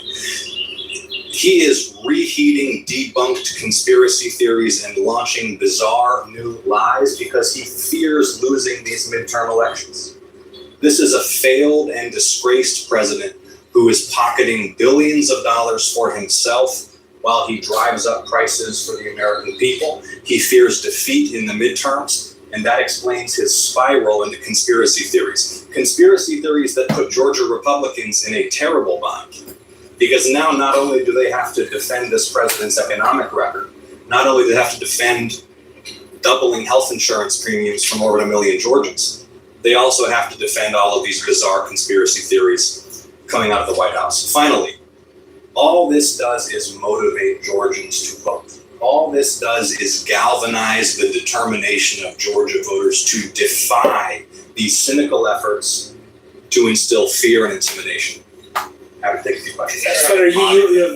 Senator, you have said a lot of things about the president, call him corrupt. I believe you said he's acted deranged in the past. Now, if he does come out and call for voter fraud, do you think it's time to invoke the 25th Amendment in your view? I think it's time for the president to do something of value for the American people instead of lining his own pockets while he's in office. Senator, do you have anything? I just talk about what could be the role of Congress. Like, there's so much speculation that the president this week could announce, whether his investigation, he's directed the Department of Justice to look into the election in Georgia. If he says he's found something and tries to get the Department of Justice to act, what can you or other members of Congress do, if anything? Hey, what's up, Siamese stormtrooper? What do you mean? The pool's pretty accurate to me. I mean, pretty much at this point, if you're a Trump supporter, a MAGA cult member still, you're either a pedo protector or a bigot. And anyone that's still, a MAGA cult member clearly supports Donald Trump's war crimes and crimes against humanity. So what the pool also does is Jamie Raskin is tapping a database. So everyone that voted yes in the pool, once we take back the House and the Senate, all you guys are going to have to do 40 hours of community service for your un-American activities. The abuses of power, the abuses of federal power, the misconduct is unprecedented. That is why Donald Trump so deeply fears his impending losses in these midterm elections, because he recognizes that when there's a change in the balance of power in Washington, there will be real transparency and accountability imposed, and he and those who have enabled him will have to answer for their misconduct. Senator, have you had any sort of contact by the Department of Justice, by investigators? Has your campaign or anyone associated with you been contacted about any of your elections and asked questions about it as part of an investigation that you're aware of? Not to my knowledge, no. And to answer, just to kind of follow up on what Tia said, if they declare your election ineligible, what can you actually do about that to prevent some sort of lack of faith in the system to the voters of Georgia? Again, just consider for a moment that we understand the president may be threatening to declare sitting United States senators illegitimate. If that is the course of action he pursues, he is calling Georgia voters illegitimate. From the very moment Georgia voters rejected him in 2020, he's been on the warpath because he was humiliated by the rebuke that Georgians dealt him. And he was humiliated and furious in particular as a committed lifelong racist that it was black voters in Georgia who were instrumental in his defeat. Has the Senate Intelligence Committee seen any information about election interference in the 2020 elections. I don't comment on intelligence committee matters. Has anyone told you what exactly the president might even be accusing you or not of doing here, or voters of doing? No. We got time for one more question, guys. What do you say to your Republican colleagues who may agree with the president on this? I don't know of Republican colleagues who agree with the president on this. Privately, most elected Republicans in this building think the president has lost it and is dooming them to dismal losses this fall. Thank you all so much for your time. Mike Collins agrees with them, though. Mike Collins agrees with them that the election was stolen. Let's see how Mike Collins handles this now.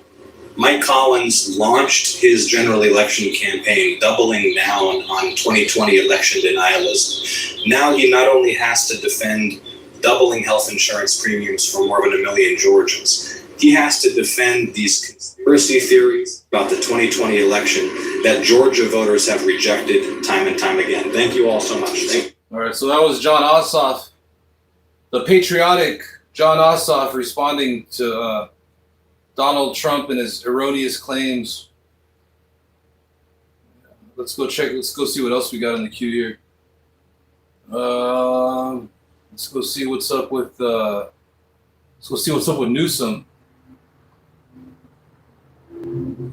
Know better than aren't doing better. Besson, all these guys that are part of this. They all need to be held to account. They all do. All right, this is Gavin Newsom. I am happy to be able to introduce the governor of the great state of California, Gavin Newsom, everybody.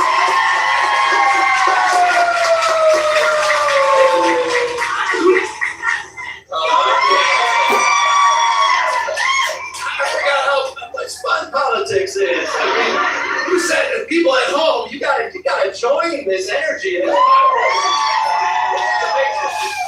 It is great to see. First of all, thank you. I'm serious. Thank you for distilling up. I don't know, the screen looks kind of weird.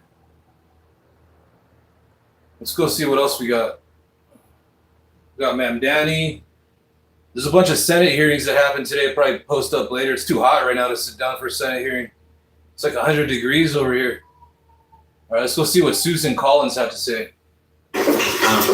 This is Susan Collins' reaction to Donald Trump's Gestapo goons murdering another person. Well, she's just another bootlicker, so everything she says is nothing but lies. Oh, yeah. Yes, the real deal. You said that you had a conversation. You had a conversation with Secretary Mullen yesterday where they paused these traffic stops. Yes. Is that something that you're happy to hear? I am. I had 3 conversations with Secretary Mullen yesterday. In the 3rd conversation, we discussed the fact that it would be wise for DHS to have a halt in non-urgent traffic stops until we get this straightened out. We still are waiting the facts of this investigation. We don't know exactly what happened, but there are sufficient critical questions to justify bringing non-emergency traffic stops to a halt. One of the reasons why you don't have the facts is because there wasn't body cameras on the officers. Right. How disappointed or concerned are you that they didn't have those deployed yet? So that was another topic of discussion between the secretary and me. I was the author and chief negotiator. All right, screw Susan Collins. Let's go to the protest. There's a gathering in Maine. Let's go see what's up with that.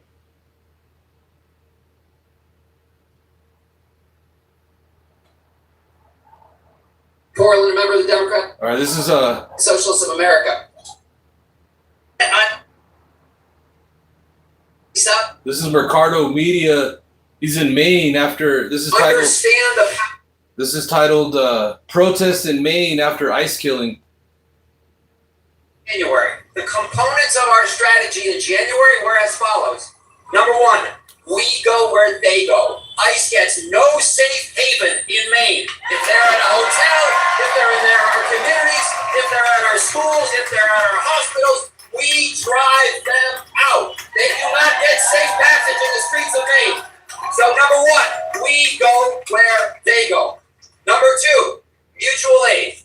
Mutual aid is very important in this instance. It's always important, but it's especially important now. Because of the nature of ICE terror, our immigrant communities have a difficult time mobilizing in the street because the point of ICE is body snatching, right? So what our immigrant brothers and sisters have to do is shelter in place. And when they shelter in place, they lose wages. They do not have the ability to pay their rent. God help them if they are abducted by the body snatchers, or we've seen in Biddeford murdered by ICE. They need tens of thousands of dollars to survive the legal, political, physical assault. The families are defending themselves by sheltering in place. We have an opportunity, we have a responsibility to step up, to donate to Project Relief, to donate to the Maine Solidarity Fund, to donate to Highland. We raised $1 million in the Maine Solidarity Fund in the last year, and it's all gone. It's all gone because the amount of wages that immigrant workers lost in January is way more than $1 million because they were forced underground just like the Jews were during the Holocaust. That is what is happening in our country. So that strategy, mutual aid, number two. Number three, we have to find the weak link in the political chain. And what is the weak link in the political chain right now? I'll tell you what, it's Susan Collins. And how are we going to get rid of Susan Collins? People in Biddeford yesterday stormed her office. That's a good thing to do. She should have no safe refuge. She is enabling the fascists. She is funding the fascists. As Cecil said, she is giving the gun to the people who are pulling the triggers. So Susan Collins is the villain. We have 4 months to get rid of her. And we're going to have several candidates who are willing to do that. I would advise you to choose wisely. Some of them will put their bodies on the line, and as they did this morning in Scarborough, be right in front of the Nazis who are trying to arm the Nazis, big Bowie knife, with, what do you call those things, a taser, trying to attack and intimidate people, threatening to shoot people. Some of our senatorial candidates were right there on the front line. I would encourage you to vote for one of those people in the upcoming caucus, and then make sure that we defeat Susan Collins. Secondly, the Attorney General Fry of the state of Guerrero.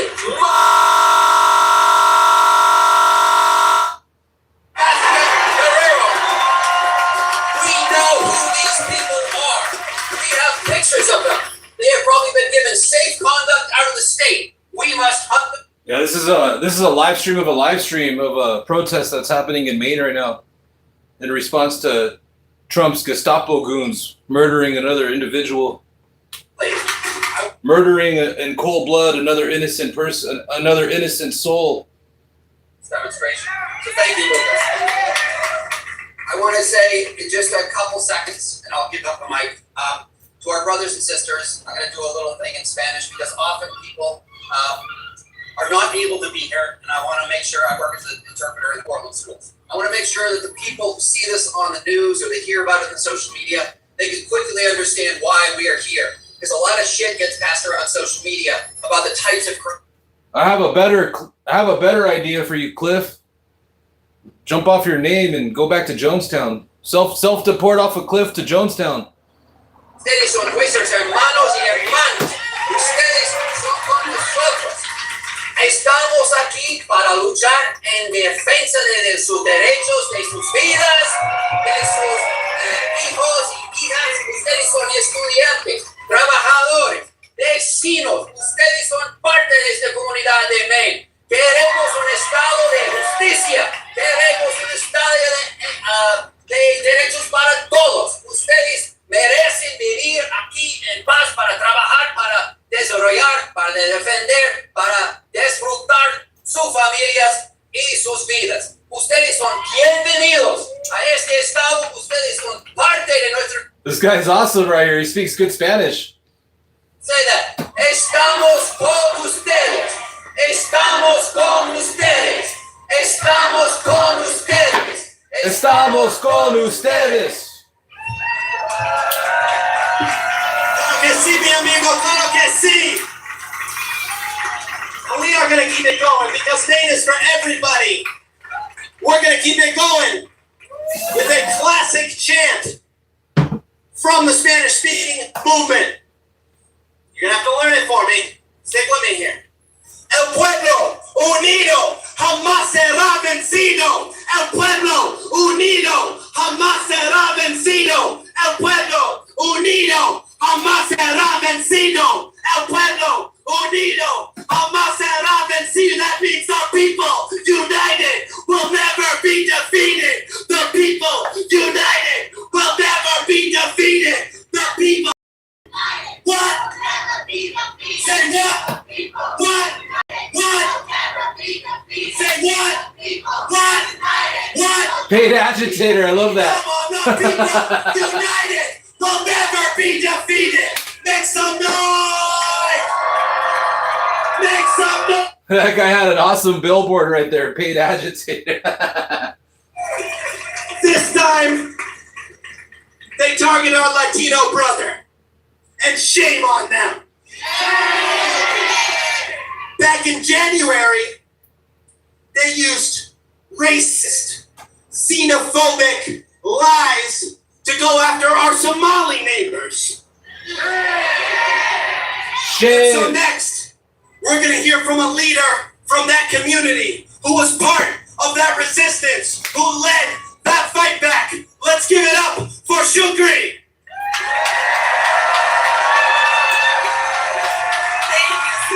Thank you to everyone that is here today. Thank you so much. I'll try my hardest not to cry while I speak. But I want to say thank you to every single person that's here. That shows that we are not alone. That shows that the people are here to fucking fight. We are the people, okay? We are the people. If we want this injustice to end, it's up to us to end it today.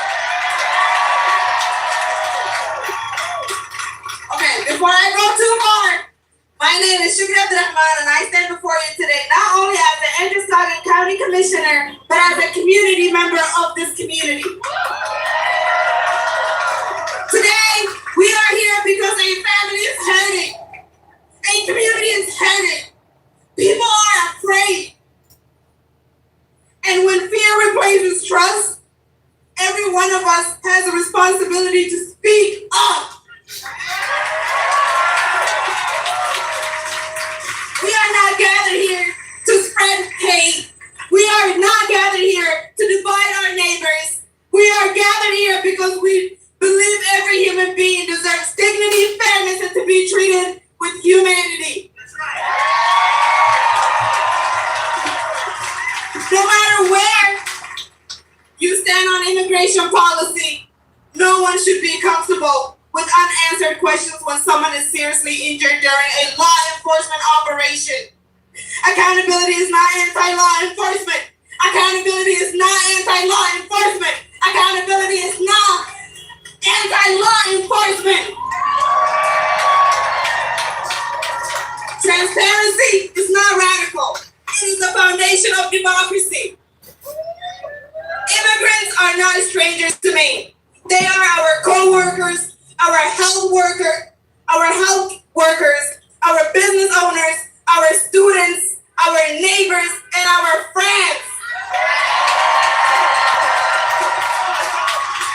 They pay taxes. They pay taxes.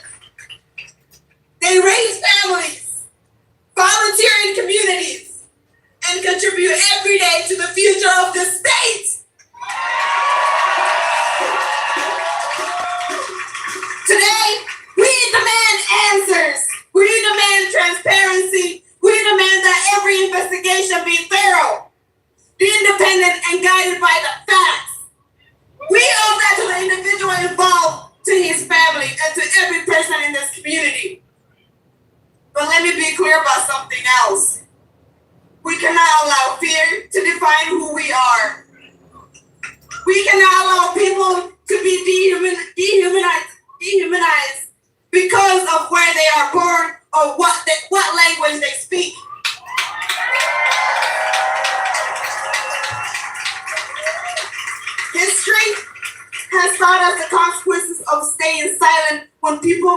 treated less as a human. Okay? Our response must be stronger than fear. It must be rooted in courage, compassion, and justice.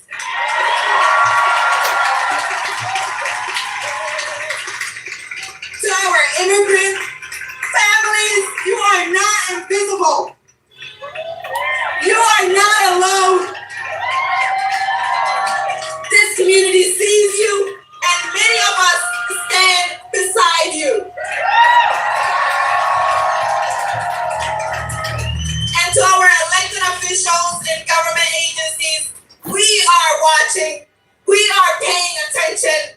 We expect honesty, accountability, and respect for the rights and dignity of every single person.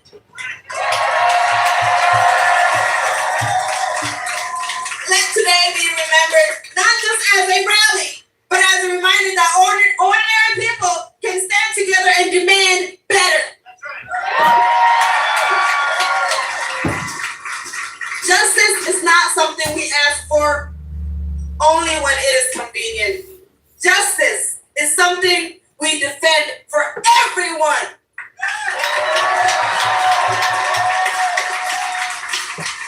And lastly, thank you. Stay peaceful. Stay united. Do not let them divide us. You hear that, maggots? All you guys get out of our country. Self-deport back to Jonestown. And never. All MAGA cult members, get out of our country. Go back to Jonestown. Drink all the Kool-Aid. Never stop believing that your voice does not matter. Because guess what? They fear your voice.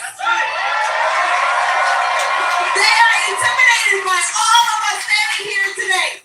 They can't see us stand together. Hey, what's happening? Aloha Kitty, good to see you. They hate to see us come together. They hate to see us speak up. They hate to see us defend our fucking rights. I like her. She's awesome. From this day forward, we hold ICE. Support the Somalian community, guys. They're awesome people. Donald Trump's a piece of crap. Accountable. ICE is a terrorist organization. ICE is not a government law enforcement agency. ICE kills innocent people. And we are the people to stand up to them and say, no more! No more! No more!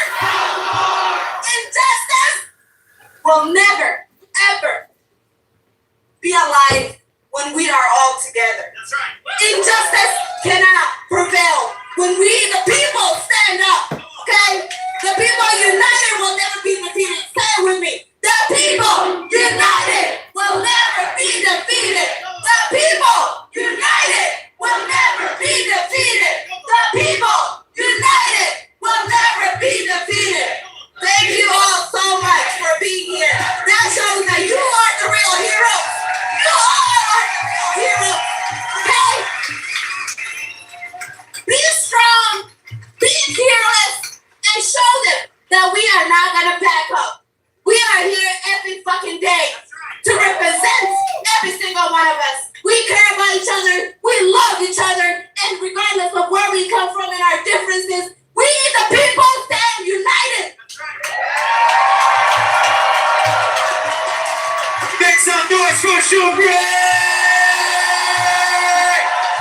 That's what we call passion. That's what we call fight. Trump says get back. We say fight back. Trump says get back. We say fight back. Trump says get back. We say fight back. Trump says get back. We say fight back. Trump says get back. We say fight back. We say fight back. We say fight back. We say fight back. We say fight back. We say fight back. We say fight back. We say fight back. We say fight back. I know that's right.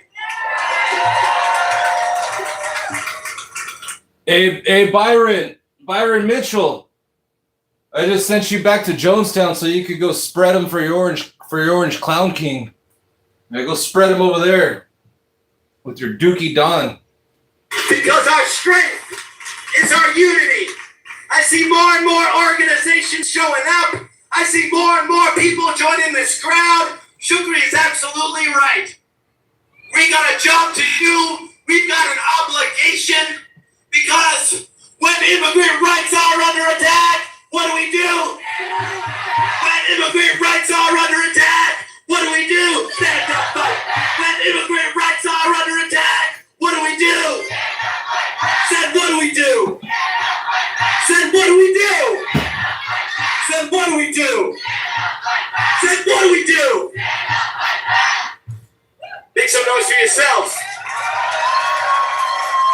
And as Shukri said, we're going to be out here every damn day until we get justice for Johan, until we get ICE out, and until we get full rights for every immigrant in this damn country. We won't accept a two-tier citizenship. We won't accept an underclass that is exploited and abused. I thought this was supposed to be the land of the free. That's some bullshit. So, next I'm going to turn it over to someone who has been in the streets and will continue to be in the streets as we build this movement. Whether it's the immigrant rights struggle, whether it's the movement for Palestine, make some noise. Whether it's justice for one of Maine's other abused communities, our unhoused or homeless community. This brother, this comrade of mine has been in the streets and been leading those meetings and those spreadsheets and those rallies, whatever needs to be done every damn time. So I'm going to turn it over to an organizer that I near and dear to my heart. Let's give it up for Nico.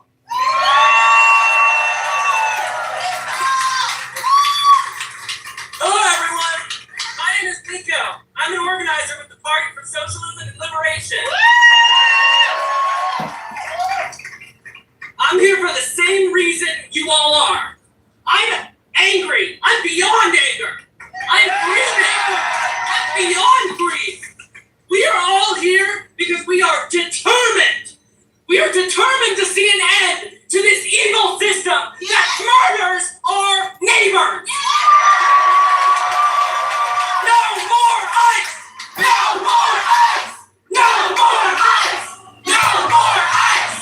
No more ICE! No more ICE! No more ICE! No more ICE! No more ICE! No more ICE! No more ICE! John Sebastian Guerrero was a father. He was a husband. He was a person, like any of us, just trying to provide for our loved ones. The extreme cruelty and unaccountability of ICE is not a fault in training or anything that could ever be reformed away. It is a key facet of how this system works to oppress the most vulnerable among us. This system indicts itself daily by showing us the cruelty at its heart. We are all here to say, justice for Yon! Justice for Yon! Justice for Yon! Justice for Yon! Justice for Yon! Justice for Yon! Justice for Yon! Susan Collins. It's crazy. These heartless MAGA cult members are just so soulless. You know, they're just nothing but negative, toxic energy. You know, you see it in I don't know, maybe they're just bots working overtime. Who knows what? But when I see protests like this, it brings, it makes, it's nice. And I've never been to Maine, so I'm watching this oh look, this is cool, getting to know Maine right here, I think positive.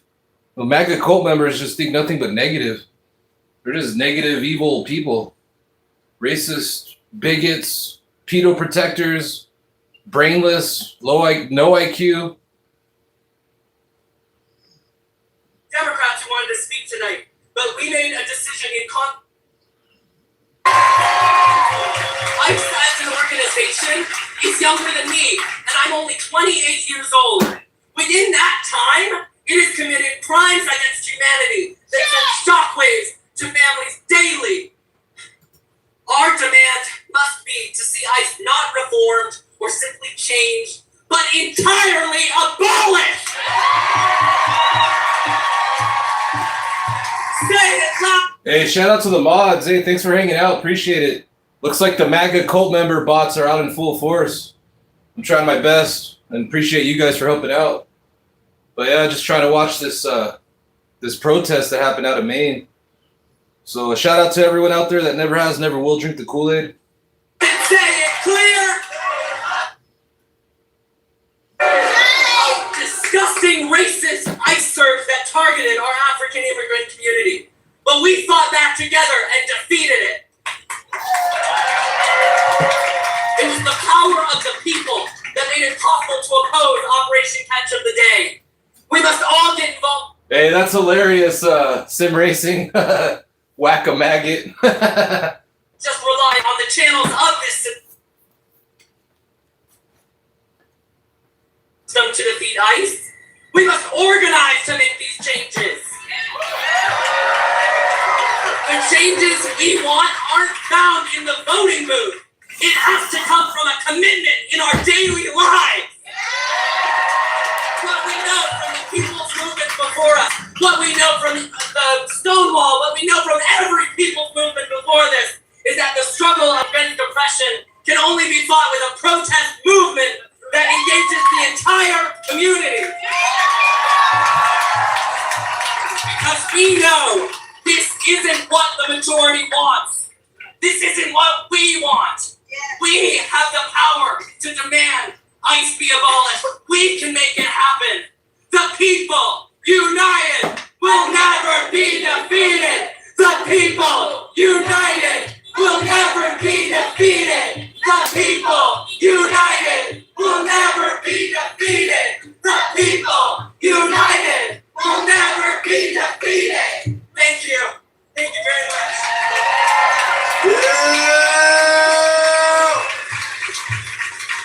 Now, Nico said something that is very important.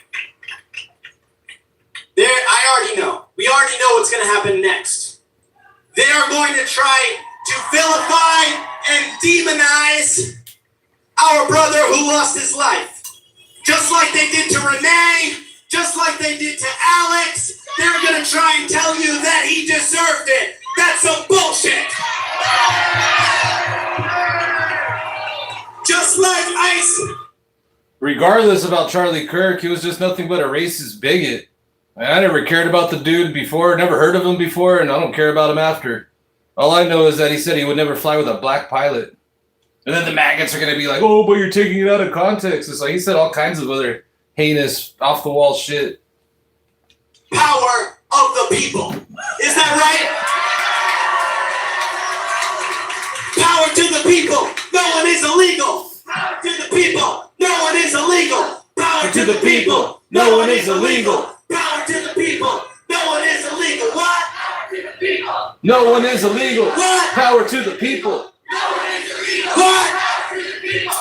No one is illegal. What? Power to the people. No one is illegal. What? Power to the people. No one is illegal. That's right. That's right. Now, as I said, I've gotten to organize with Nico for years. Lives right down the street here in Portland. Trying to stay connected with an amazing organizer like that, all right? You all open to that? So, on Wednesday evening, we're going to be planning a webinar. We've got information in our back table, but I'd also encourage you to take out your phone right now and write down this link and register for this Zoom webinar. It's going to be bit.ly, bit.ly. See some people grabbing their phones. bit.ly/stop ICE killings. No capitals, no spaces. Stop ICE killings with an S, because that's why we're out here today. We're out here today to say, stop ICE killings. Stop ICE killing. Come on. Stop ICE killing. Come on. Stop ICE Come on! Stop ICE killing! Yeah, stop ICE killing! No more stop ICE killing! No more stop ICE killing! No more stop ICE killing! Stop ICE killing! Yeah, right. The guy that allegedly killed Charlie Kirk was MAGA born and raised. He came from like a whole MAGA meat riding family. Each other, though that is important. We've got to talk to each other. We've got to get organized. We've got to communicate. But we are also here to send a message to the war profiteer that currently represents Maine in the Senate. And so, here's what's going to happen, y'all. We're going to hear from one final speaker, an amazing community organizer named Saidi. And then after that, this crowd's so damn big, it's so damn fired up. Sugary got me so... Hey, what's up? What's up, Captain Homer?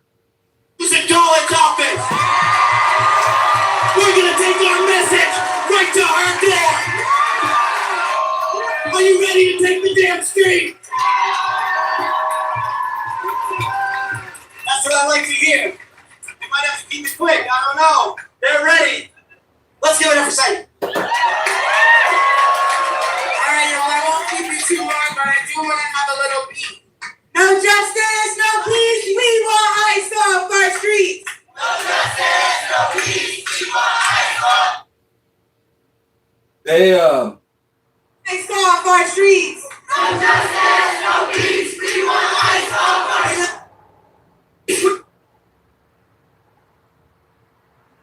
We want ICE off our streets. No justice, no peace. We want ICE off our streets. No justice, no peace. We want ICE off our streets. No justice, no peace. We want ICE off our streets. No justice, no peace. We want ICE off our streets. hey, let's not hey, sim racing. Hey, let's not whack too many maggots though. Let's let some hang around so we can clown them. We'll use them for the algorithm. Brother Lorenzo in Houston. Yesterday, they murdered our brother Johan just 20 minutes from where we are right now. Just 20 minutes. He was a worker. He was a father. He was a person like all of us whose life had dignity. Just like Renee Nicole Good, just like Keith Porter, just like Alex Freddie, and just like all of us. Our lives have dignity. And we can't be satisfied with just an investigation. We can't be satisfied with mandated body cams. We can't be satisfied with voting somebody better in office, whether a Democrat or Republican, because they're the people that got us here. Democrats or Republicans, they'll fund ICE, give them millions of billions of dollars. What we need is an end to ICE. We need an end to the $85 million that they steal from our schools, from our hospitals, from our streets. They steal that money and they send it to fund murder. Whether that's here in Maine, in Texas, in Minneapolis, or across the world. Because we know it's U.S. imperialism that they fight. That sends people leaving their homes. And we know that they know how powerful the people are, because just today they announced an end to car stops, because they know the people can and will shut it down. Because just how we shut it down in January, just how we shut it down in January in Minneapolis and Maine and across the country, we'll shut it down again. We'll shut it down again today. We'll shut it down again tomorrow. Yeah, I have a good idea, mods. We'll let the maggots reign free for like, and then like every 5 minutes we'll round them up and zap them back to Jonestown.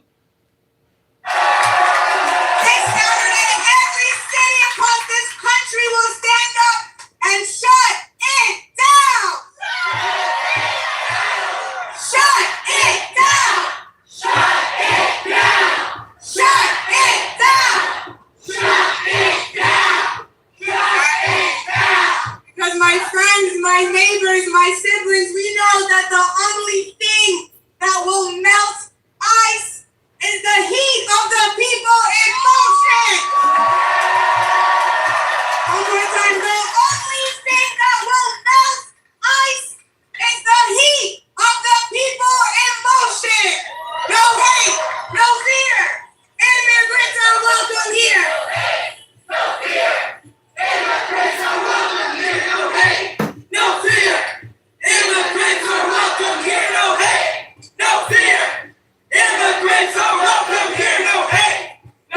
Didn't you hear about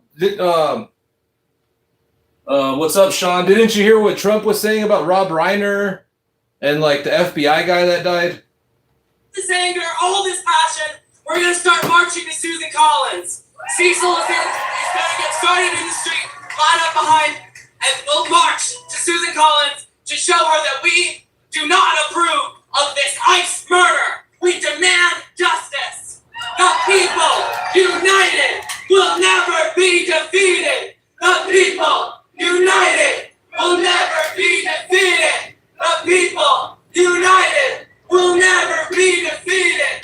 The people united will never be defeated. The people united will never be defeated. The people united will never be defeated. The people. On the way to Susan Collins' house. Oh shit, they're marching to Susan Collins' pad. Will never be defeated. They're marching to Susan Collins' pad right now.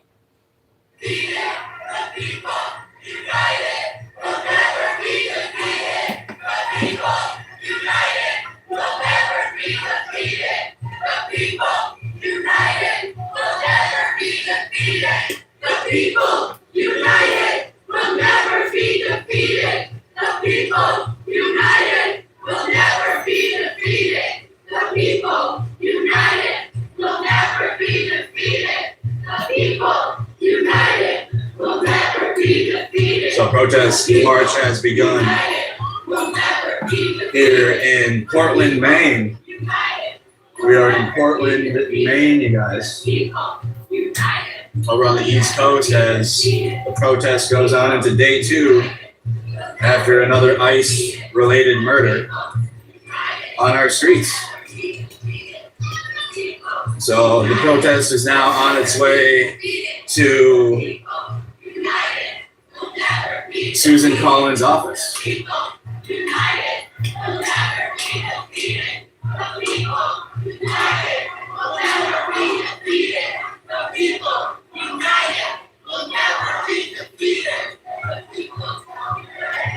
Check in and stream. Can you guys hear me well?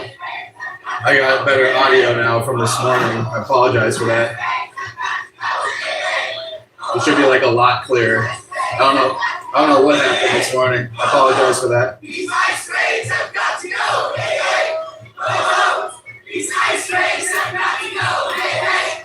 Oh, these ice raids have got to go. Hey, hey. Oh, these ice raids have got to go. Hey, hey. Oh, these ice raids have got to go. Hey, hey. Oh, these ice raids have got to go. Hey, hey. Oh, these ice raids have got to go. Hey, hey. Oh, these ice raids have got to go. Hey, hey. Oh, these ice raids have got to go. Hey, hey. Oh, these ice raids have got to go. Hey, hey. Oh, these ice raids have got to go. Hey, hey. Oh, these ice raids have got to go. Hey, hey. Oh, these ice raids have got to go. Hey, hey. Oh, Susan Collins got to go. Hey, hey. Oh, Susan Collins got to go. Hey, hey. Oh, Susan Collins got to go. Hey, hey. Oh, Susan Collins got to go. Hey, hey. Oh, Susan Collins got to go. Hey, hey. Oh, See you guys, we're here in Portland, Maine. Protest continues after the ICE murder of Juan Sebastian Guerrero, 26 years old, is a father, innocent, and ICE murdered him in cold blood yesterday. And the DHS is trying to cover it up afterwards, similar to like they do everywhere. It's the same story everywhere we go.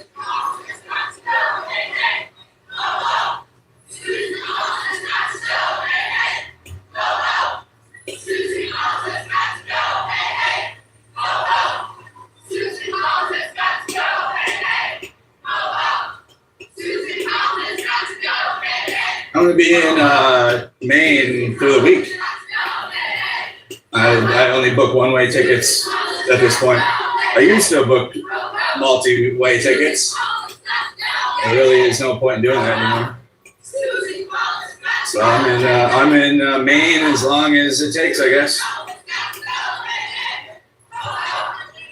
to get accountability or answers that the protest is asking for.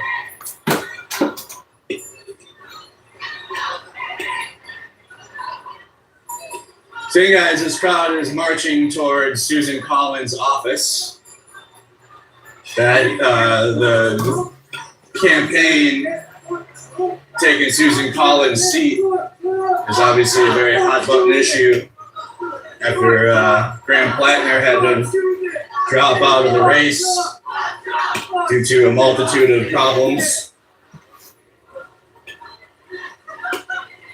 including Nazi tattoo and sexual assault.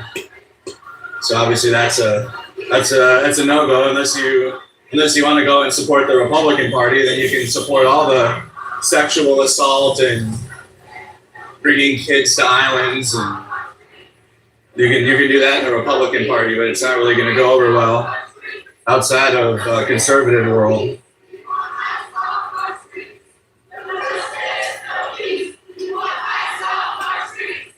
So I have a feeling I might be in Maine often, given everything going on. Okay.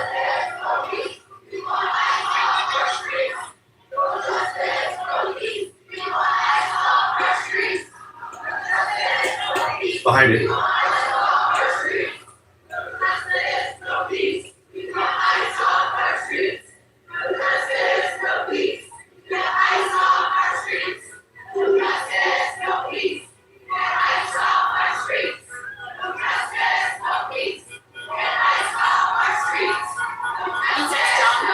He should be here any minute.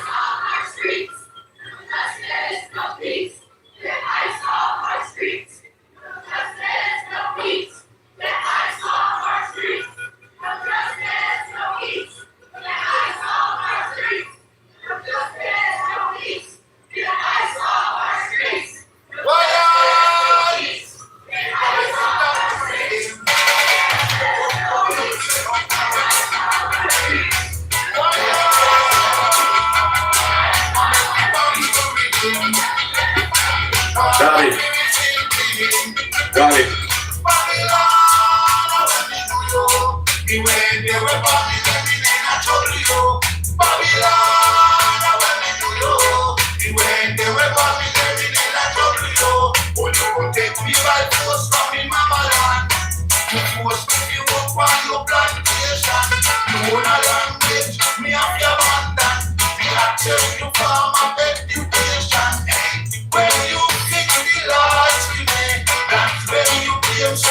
Oh shit, it's Robbie Road Streamer. Asshole. I love New England, and I love the spirit of Mainers. Yeah. You can see all around us. Robbie Road Streamer. Destroy one, it's like the gremlins. We multiply. Now there's 10,000 of us. And afterwards we're going to storm Applebee's. As Woke Farmer would say, all power to the people. What's your feeling of being on the ground here now? You just got here today. What's your feelings? Oh, I love Mainers. You know, I mean, as a New Englander myself, look at how many people we have out here already. Look at the colors and the energy. This is what it's about. You know, you people on Facebook being afraid of the next surge in civil war, do some living before you die. Less shit posting and more protesting. It's the new folk music movement. What's your message to people watching at home? Fuck guys, we don't need them around. I say, fuck guys, stay away from the brown. Trump was on the Jeffrey Epstein plane. That's what I'm talking about. Oh yeah, appreciate it, Robbie. Thank you for your time. God bless America. Love you, Andrew. Appreciate it, buddy. Take care out here. Sounds like our summers. Yeah, sorry.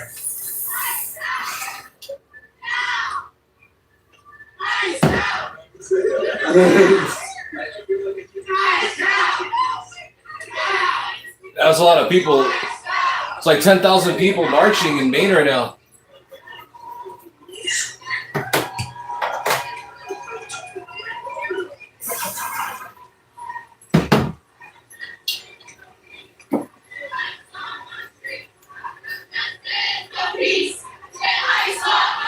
So again, guys, we're live here in Portland, Maine. Protests are growing now. We're day 2. Protests is at least double the size as to what it was yesterday. Double or triple.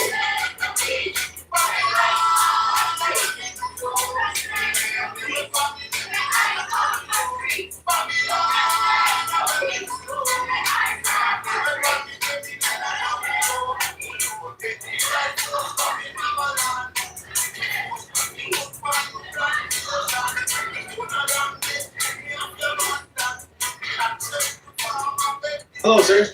Are you from Maine? You from Maine? Oh yeah. What's it's not on camera or anything. I just wanted to. What's your thoughts about everything? Pretty close to home. Yeah. You know, like Houston is like, oh man, that's bad. That's bad. Yeah. Even better.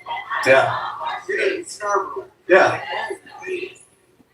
Does it kind of feel like it's all come home now? Yeah. Yeah. These guys are thugs. Yeah. Who stops a car by shooting the driver point blank? Exactly. It's going to be to stop that. You know, straightforward procedures that police officers. Right. But to say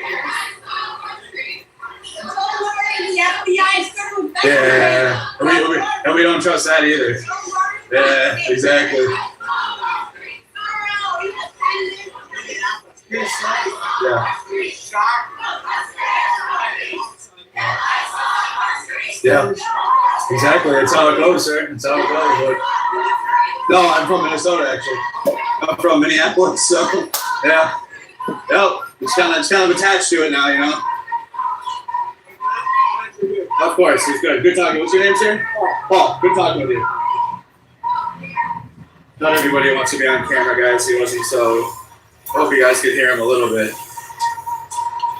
especially while we're marching. So it looks like we're just getting to Susan Collins' office. We're going to Susan Collins. We're going to Senator Susan Collins' spot. 10,000 marchers.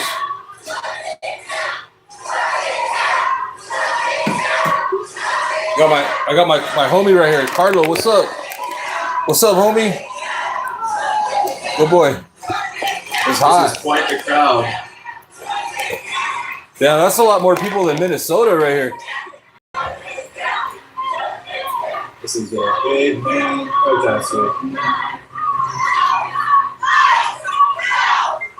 There definitely is a lot of people out.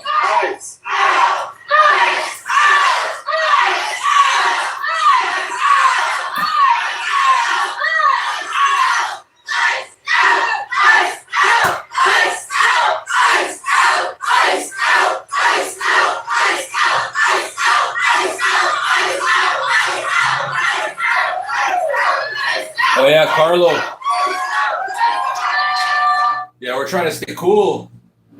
It's 4 p.m. Pacific Standard Time over here in Los Angeles, and it's 93 degrees, but it feels a lot hot. It feels like a sauna in here. I mean, I could turn on my air conditioner, but I don't know. I like to sweat it out because Donald Trump made everything so expensive. I can't even use my air conditioner. Under Biden, I was able to use my air conditioner all the time.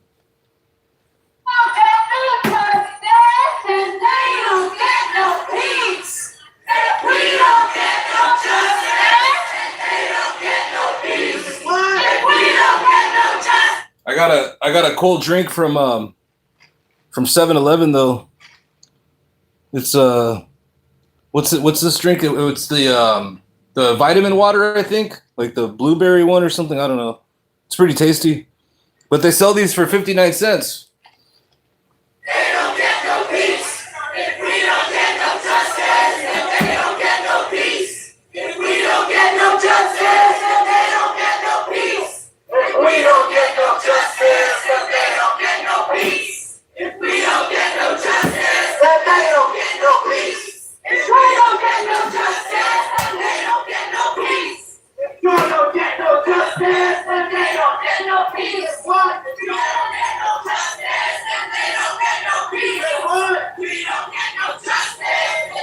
This is a protest that's happening in Maine following Donald Trump's Gestapo goons murdering somebody, another innocent soul in cold blood. So they're all marching to Senator Susan Collins' pad to let her know how they feel. And this is live right now in Maine right here. This is Mercado Media. This is the channel.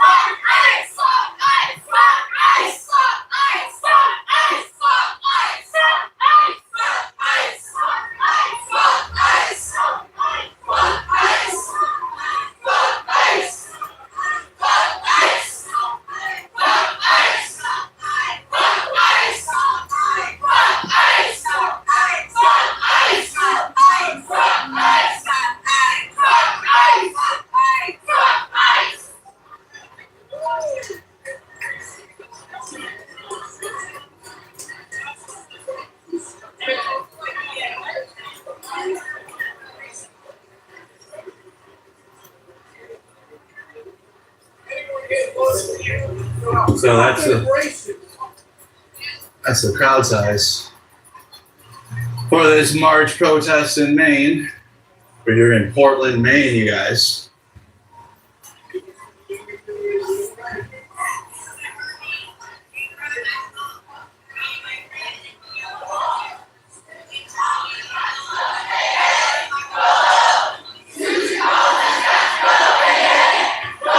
Been in multiple Portlands over the past year.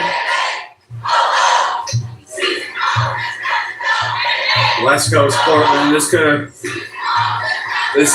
Portland just sounds more like Family Guy.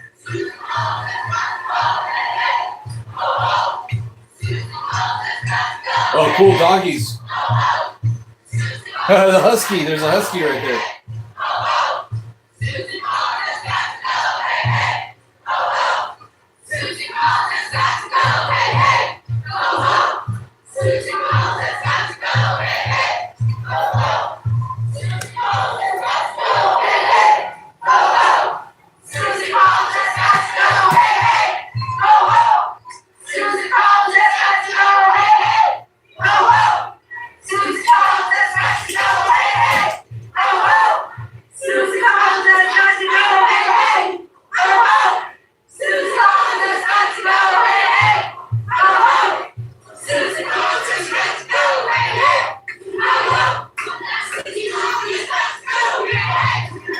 Hey, what's up, Eric Klein? This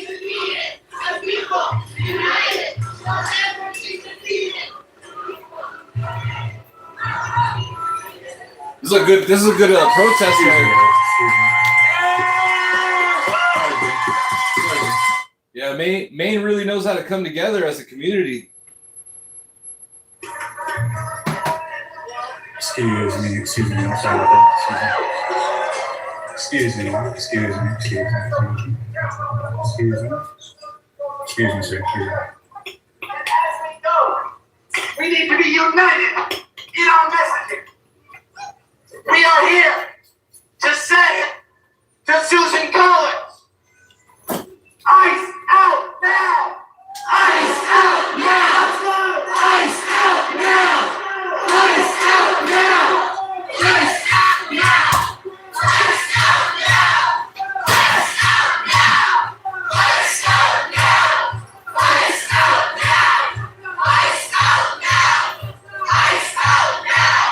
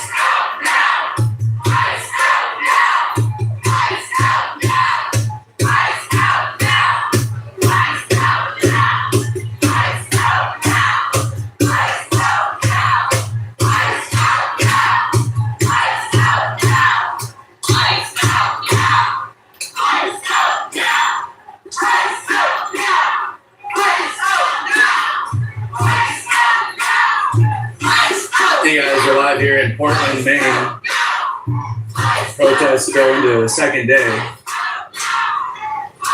After Juan Sebastian Guerrero was killed by ICE agents, murdered yesterday in cold blood.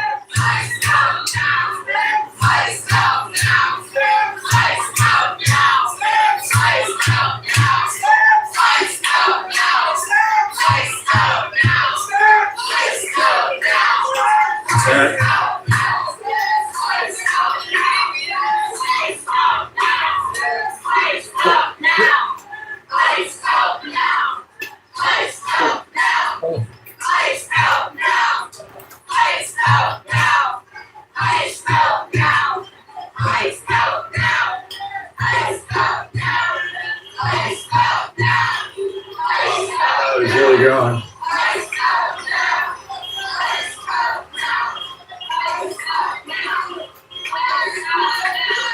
Crowd's really going. Make sure you guys support independent media. From yesterday to today, I don't know. There's not many local media out here in Maine. Like there's like one or two, I think. They don't have the established streaming media like we do in other cities. Looks like I gotta meet with. I'm gonna have to link up with John at some point. I'm gonna be reporting on Status Coup News, you guys. So at some point, I'll be cutting this feed and saying, "You guys go watch me on Status Coup with John." I'm gonna stay with the crowd for now, though. So John, until I physically see John at the scene here. But I know Status Coup just went live.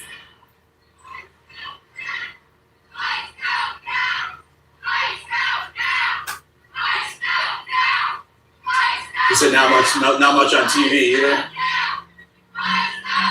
That was the biggest thing I noticed yesterday was there wasn't a whole lot of coverage of the protests. There was one local news feed and that was it.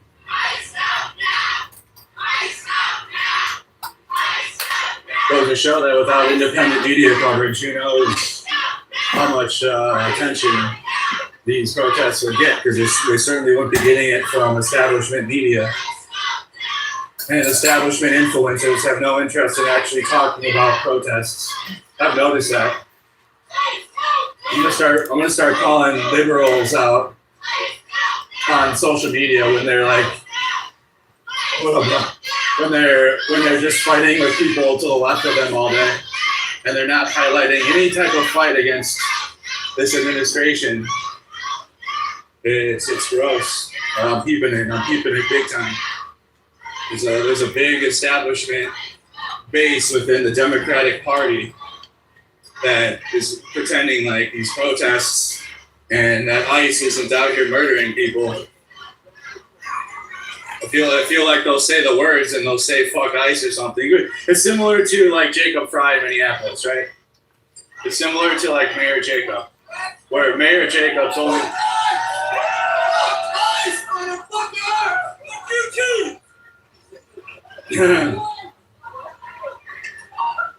I was saying fuck ICE. No, fuck you. But you know, and the only move is to abolish ICE at this point, like completely gone, completely cut out. We can't have an existence where ICE is allowed to continue to receive any type of taxpayer funding at all. And there should be like criminal trials for a lot of these agents that are just signing up under this administration. They're getting in untrained and they're just getting firearms. So there needs to be multiple layers from the top. And then I don't care about the regular agent, federal agent. They can go to hell too. They can go to the same hell that we're gonna send the elites to, because they signed up for that dumb shit. They signed up for that. You could have been a fireman. Hell, you could have even served in the military and went and died for Israel or something. But you chose to be an ICE agent. How fucked is that? Hey, bro, what do you mean? You could have done anything for this country, but they chose to be an ICE agent. Could have picked up trash. It would have been more. It's a more honorable job to pick up garbage and make the the city streets cleaner than it is to serve in ICE. I will give anybody that's actually doing community service or anything that actually helps the public over militarized federal agents. They get to do whatever the hell they want all day. We're catching back up to the front of the protest.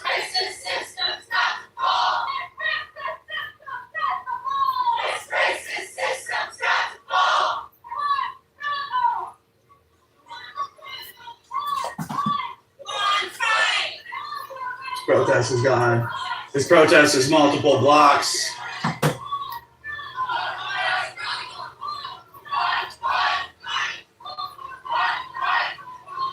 This reminds me of Minneapolis protests as well. This is the first one. I mean, we went to Delaney Hall. That was so fucked up. The people out there are doing everything they can. The reality here in Maine is similar to like Minneapolis in terms of like just a bunch of people out here. There's marching, they're marching. You have a consistent crowd at the vigil. So there's about 5-10 people over at the vigil right now at Hill Street and Pool Street. And then there's also a consistent amount of people at the park that's a few blocks away. So it's not just this protest. There are multiple protests taking place like around Maine. There's also one taking place about 40 minutes away in Lewiston. If you're from the Lewiston area, if you know anything about Lewiston, there's I think BG on the Scene is live at that one.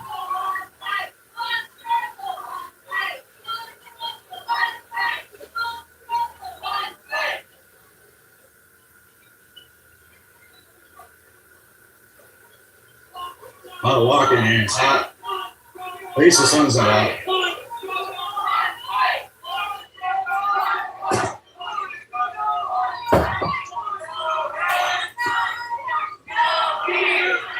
We're over here in the docks. You guys can see how big this crowd is behind me.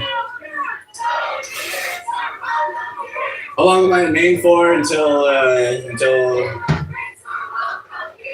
whenever, I guess, right? Yeah, there's like 10,000 10,000 earlier, guys. I get one-way tickets now. I get one-way tickets. There's like 10,000 people there. Maine really showed up today. Past a year now. We figure it out.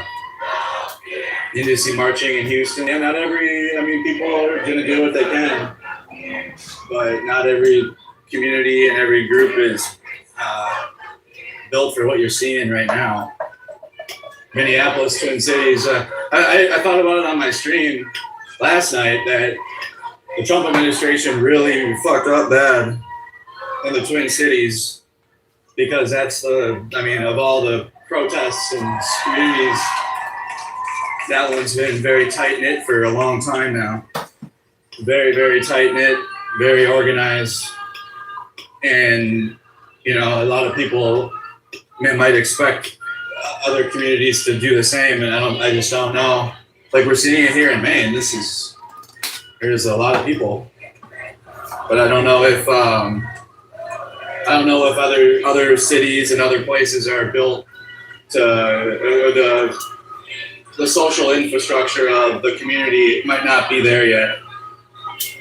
But Minneapolis and the Twin Cities have been locked in for a while. You said John's trying to find me in chat? I think we're stopping now.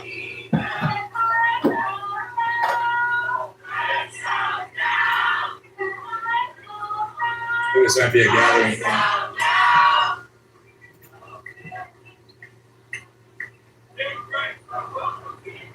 Yeah, Chicago was out there too. I mentioned Chicago last year in the Broadview area.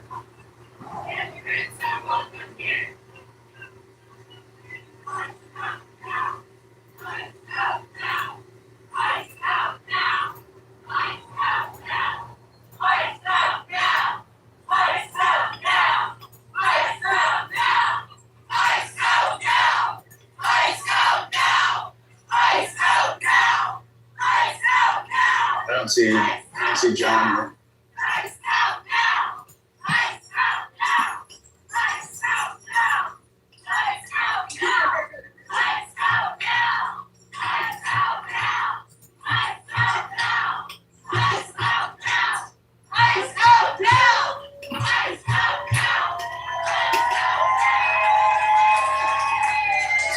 Text you, John.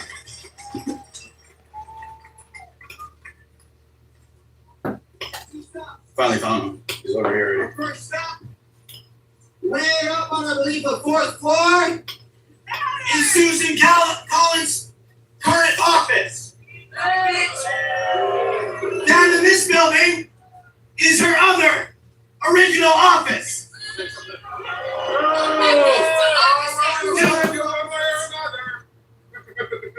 Do these seem like a senator who wants to meet with the people? Does this seem like a senator who speaks for us?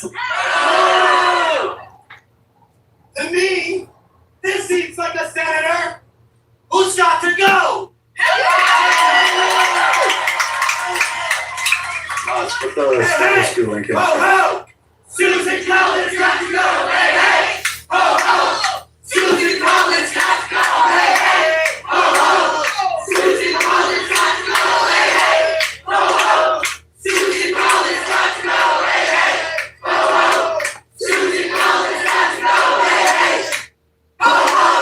Susan Collins. Hey, what's up, Christian? Hey, thanks for hanging out. Yeah, catch you later. I'll probably do a live stream with my husky dog somewhere around town, so hope to catch you on that one.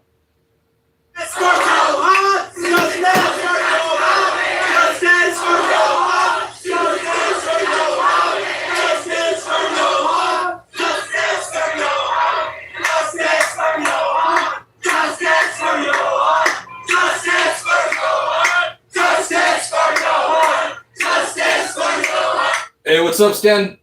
What's up, Stan Durko? What's up, everyone? What's up, Amber? What's up, Eric? What's up, News Troll? Good to see you. Good to see everyone. Got the gang back right here. We're all kicking back, watching the protest.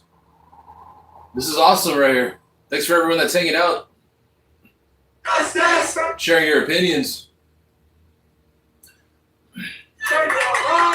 I like the lady behind them. She's got the giant speaker.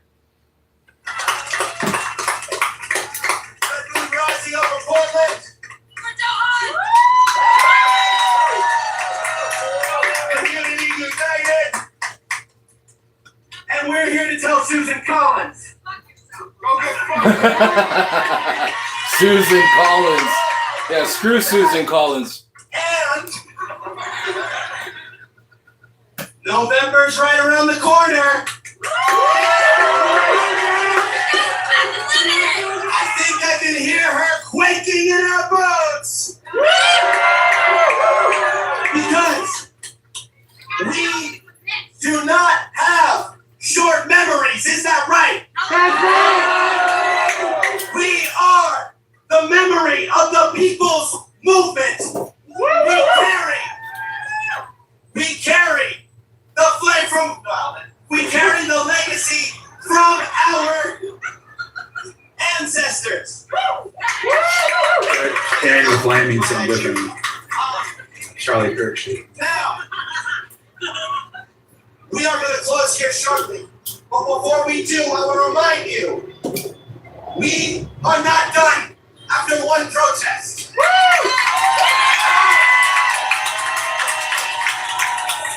have many organizations here. Join one, get involved, show up. We're going to have an art build, and we're going to have a webinar with the Party for Socialism and Liberation. We're going to have a national day of action Saturday, and I hope to see y'all there. Because I want to close with a message to Susan Collins. We'll be back. We'll be back. We'll be back. What? We'll be back. What? We'll be back. What? We'll be back. What? We'll be back. What? We'll be back. What? We'll. This dude's like Zach De La Rocha from Rage Against the Machine. We'll be back. We'll be back. We'll be back. We'll be back. We'll be back. We'll be back. We'll be back. We'll be back. We'll be back. We'll be back. We'll be back. We'll be back. We'll be back. We'll be back. We'll be back. Hey, for sure, sim racing, absolutely. Yeah. Shout out to Mercado Media, independent media. Yeah, I would have never known about this without independent media. Anger. Let your anger turn into resolve. Let your resolve turn into commitment to showing up for every damn day for Johan. Showing up every damn day until ICE is abolished. Showing up every damn day until immigrants get full rights. Thank you all so much. Make some noise for yourself.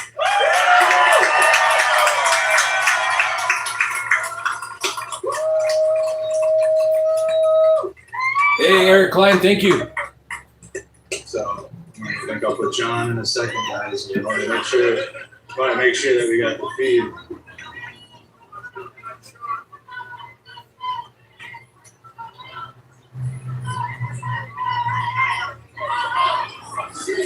All right, y'all. Hit the like button, subscribe to the channel, mods, post the status crew link in the chat if you guys could.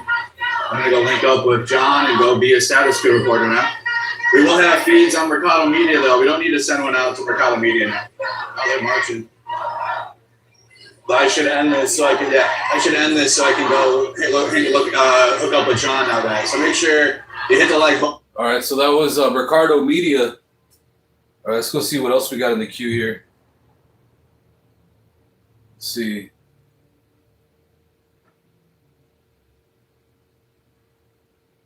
Let's go see what this senator from Maine has to say about the Gestapo shootings. Vehicle stop. All right, this is titled Maine Congresswoman, the fatal ICE shooting in her state. I don't know what her name is, though. I do want to note that the New York Times is reporting that the White House is ordering ICE to cease most vehicle stops after this latest killing. So your reaction to that news, I would imagine that it is welcome news. Absolutely, as well they should. They should stop their activities. People are so angry that we have a significant ICE presence in our state. We have had it for months. And this very idea that an individual could leave his home at 7 o'clock to go to work and not very far away from his house, he's shot. They'll never see his 3-year-old daughter again. So let's just talk about what happened over the last 24 hours, a little more than 24 hours. Monday morning, Mr. Guerrero was on his way to work, as we had noted in the introduction there. He was shot at by ICE agents, and apparently with his 3-year-old daughter still wearing her pajama. Hey, what's up, Teresa? Hey, no problem. Thank you for being here. Appreciate you. Shooting. Were they in the? Yeah, we're just trying to build a community of non-orange Kool-Aid drinkers, and so we can all hang out, share information, and stay updated, and give each other a boost of morale out here, because Donald Trump's just destroying the world over there. It's the whole thing. As did many of the neighbors, others who saw exactly what happened. We've gotten so little information from ICE, even though everyone in the state and congressional delegation has been requesting us. And as you mentioned earlier, they've given very little argument for exactly what they did. He was driving away by their account, and they said they did this for public safety reasons. But as we know, there are a lot of constraints on normal law enforcement about shooting someone in the car. These 4 shots were fired through the windshield, and clearly this person died very quickly. And that's been confirmed that the shots were fired, I would imagine, head on through the windshield? You can see it in the pictures, and I visited the crime scene myself. Okay. So I want to play sound from another witness. You said there were numerous witnesses there at the time, and this is what he says he saw at that moment. ICE agent got out, tried to open the door and had a difficult time, but eventually opened it and pulled the guy out. His face was bloody, his head was bloody. And I clearly heard the victim say, "I tried to stop." Clearly heard him say that. So you have a witness saying that he heard Mr. Guerrero say that he tried to stop. There are reports, as you noted, you saw firsthand 4 bullet shots through the windshield of that car. We know that most police departments train their officers not to do exactly that.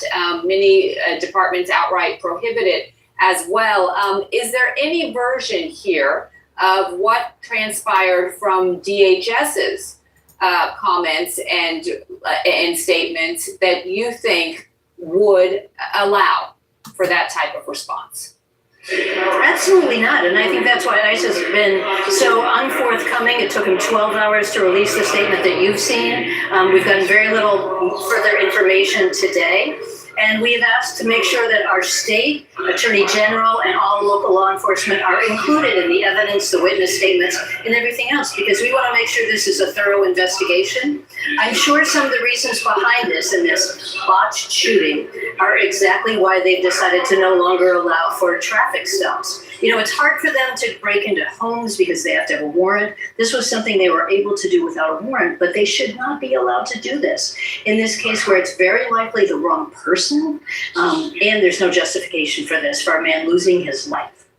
Well, DHS Secretary Markwayne Mullen told Senator King that initially Mr. Guerrero was the target of the warrant, then called him back hours later and said he was not the person that they were looking for. So now you have a 26-year-old father who was on his way to work, killed, eyewitnessed by his 3-year-old daughter and his partner. What would you like to see happen now?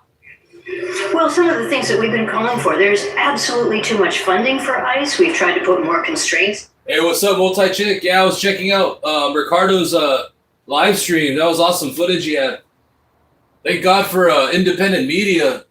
We would have never known about that without independent media. But yeah, I was like 10,000 people marching over there in Maine. They really turned out. A lot of criminal activity in the small community of Biddeford, Maine. There's a long tradition of immigrants there. So many people come through my office all the time. I represent the city of Portland. We have a lot of people who work on immigration.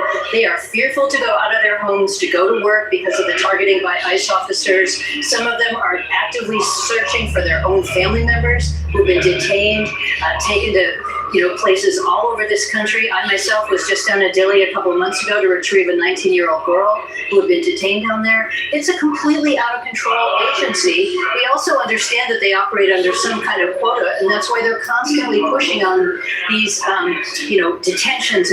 Well, yeah, they're just driving around racially profiling people, violating everyone's civil rights. All right, so that was a congresswoman out there in Maine. That came out a couple hours ago. Let's go check something else out. Let's check this out.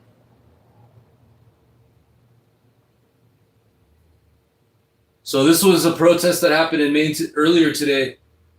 Let's see what the speakers have to say here.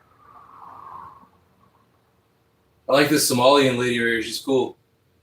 So this was at the other protest that Ricardo Media wasn't at. That I think was like a town over or something. One of the organizers, also a Lewiston resident, Sophia. Sophia, talk to me about why this vigil is being held here tonight. Yeah, so this vigil is really important because, a community member, a beloved community member was taken from us, Johan Sebastian Guerrero, who left a young daughter and a wife behind.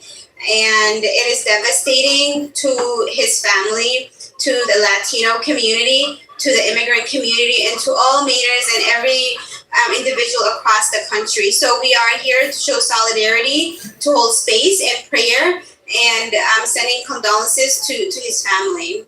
Thank you. Just your thoughts on what happened yesterday morning in Biddeford.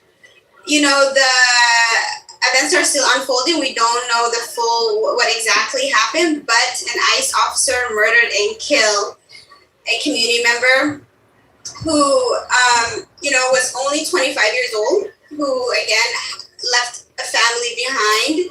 And the ICE officer were not wearing any cameras, so we have no evidence of exactly what happened and what transpired. Did they turn their cameras? Why did they turn their cameras off? And now Susan Collins, right, we are calling our federal delegates as well as the AG's office to really engage in this investigation and make it transparent and swift. But Susan Collins is unfortunately saying that we cannot abolish ICE because Thank you so much. Yeah. Appreciate it. Thank you so much. And now again, the investigation with what happened yesterday morning in Biddeford remains ongoing. We will keep you updated as we learn more information. For now, I'm Julia Small, live in Lewiston. Back to you guys.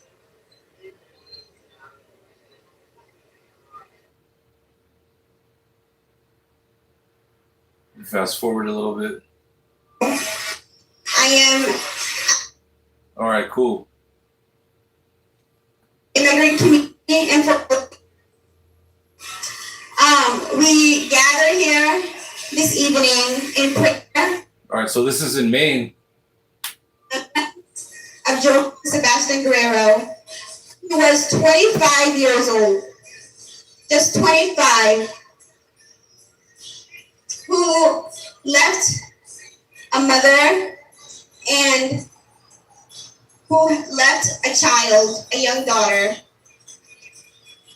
We also later learned that he was not even the person ICE were looking for. He had a social security number, a work permit. He was a legal resident here in the United States, and they took him away from us. Today, another family was killed, their life shattered, and another community, an immigrant community is grieving. When the escalation of ICE operation happened back in January, our communities entered a state of crisis. We organized rapid response networks, community defense efforts, and supported families living in fear. We were told, Susan Collins, I remember Susan Collins on a Thursday made a post that said, ICE will no longer be made. We were told that they were no longer operating and they left the state. That was a strategy to de-organize us. ICE never left. They continue to kidnap our community members. They continue to abduct our community members, our neighbors, our colleagues, our families, our friends. It was silent, it was deadly, but there was no headlines. There were no news coverage. Every day in Lewiston, there were a couple of abductions happening. Right here in the Street area, right? In the Strawberry Toll Pines area, predominantly areas where immigrant families live. Every day they came, they abducted, they deported, they separated families, but there were no headlines, right? Us organizers were on the ground, organizing, trying to support families, while Susan told us that they left. As we remember Johan tonight, we also hold space for our immigrant community here in Lewiston. This vigil is deeply important to me. As I think about Johan and his family, I'm holding close to our immigrant family here in Lewiston. Our Somali and West African communities here in our state that have been harmed again and again and again. In recent weeks, Oh yeah, that was crazy. I forgot about that. The Great Dildo protest of 2026. I think that happened in Minnesota. But yeah, they were flying everywhere. People were getting smacked across the face with them. Friday, where people cannot even go to pray. Right? We are continuing to live in fear. Families are afraid to simply live their lives here in our city.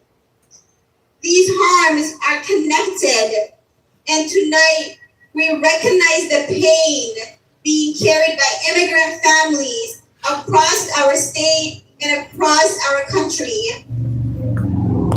Just an hour ago, Susan Collins released a statement saying that abolishing ICE makes our country less safe. Imagine that. This is the same senator who has repeatedly voted to fund ICE with billions of tax dollar money. Those are the same choices, and those choices have consequences. We reject the idea that our communities become safer by terrorizing immigrant families. Yeah. Carlos has crashed out. He's kicking it. Carlos loves everybody. Tonight, we demand accountability. She's dreaming right now.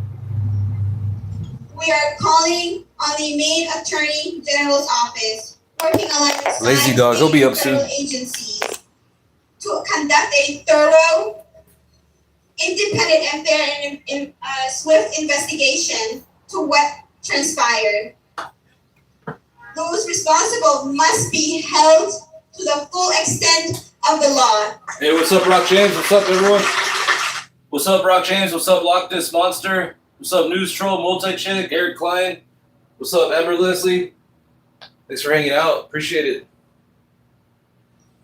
Just holding space for Johan's family and in prayer, but also, thinking about the families here in Lewiston, the immigrant families in Lewiston, who have continued and have sustained harm here in our state and in our city. Thank you so much.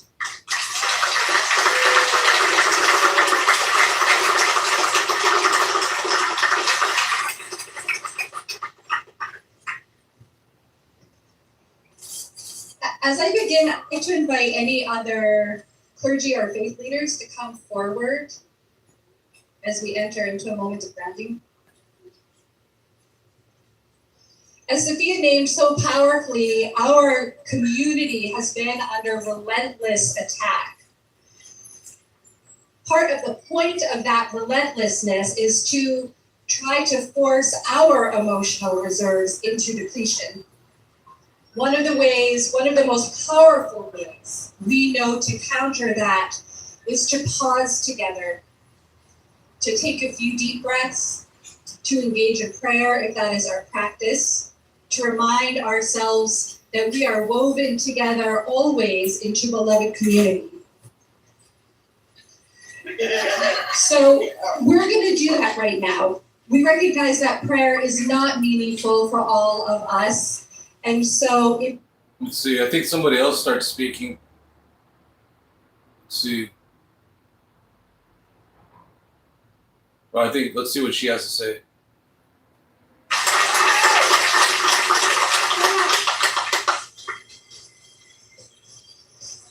So first, I think it's really important that we be centered in what is happening and why we are here. I think it is really important to say their names. And I think it is really important. It's really important to remember that this is about our neighbors. So when I was growing up in Hancock, I think about that girl growing up out outside of Ellsworth in a district that's still voting Republican, and I would have been scared to say Johan, Sebastian, Duran, Guerrero. But you know what? If you say his name, there's no wrong way to say it. So if you say Johan or Joan or however you say it, it's important that we remember it. So can you join me? Johan. Johan. Johan. And when you go home tonight, write it down. And if I'm saying it a different way than his mother or his 3-year-old daughter, or the folks that lived across the street from him, the nurse I met yesterday in Bedford said it was her first protest. I kind of recognized that in myself because I said, my first protest was when I was an organizer in my 20s. All right. I was at the 8th. Let's go. Let's move on. Let's go see what Gavin Newsom had to say today. 30-year-old today is doing worse than his or her parents for the first time in U.S. history. If that's, that was Gavin Newsom from today. I say it all the time. I believe it as someone who's been deeply involved in the fight for democracy, for our republic, and the fight that brought us to redistricting and the fight here with Proposition 50 in California, that we cannot save our democracy unless we democratize our economy. It is foundational, the struggles of working families, not just working moms, what's happening in this country. The old bargain is dead, and AI is going to finish it off. And we need to wake up to that foundational reality. So let's talk a little bit more about that. The data tell us that for the first time, people feel like the generation coming after them may not be better off, may not have their piece of the American dream. Can you both share some thoughts with us, room full of public policymakers, and tell us about the role you think public policy leaders can do to help shape the next version of the American dream that people, I think, still aspire to, certainly in our community? Well, look, 10% of people own 2/3 of the wealth in this nation. That same 10% own 93% of the stock market. 30-year-old today is doing worse than his or her parents for the first time in U.S. history. If that's not a 5-alarm fire, I don't know what the hell is. We were sitting there, some of us at least, celebrating the best of Roman Republic, Greek democracy on July 4th. The vision of our founding fathers, co-equal branches of government, co-equal branches of government, popular sovereignty, rule of law. I'm reminded, thinking about the Greeks, there was a guy around 50 AD, 2,000 years ago, warning the Athenians, Plutarch. He said, the imbalance between the rich and the poor is the oldest and most fatal ailment of all republics.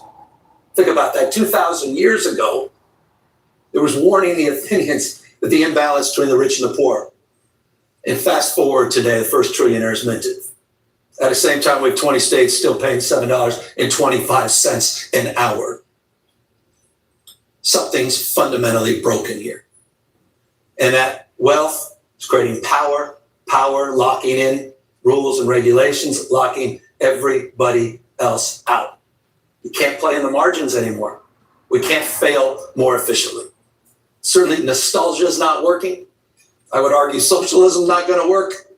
But capitalism as we know it doesn't work either.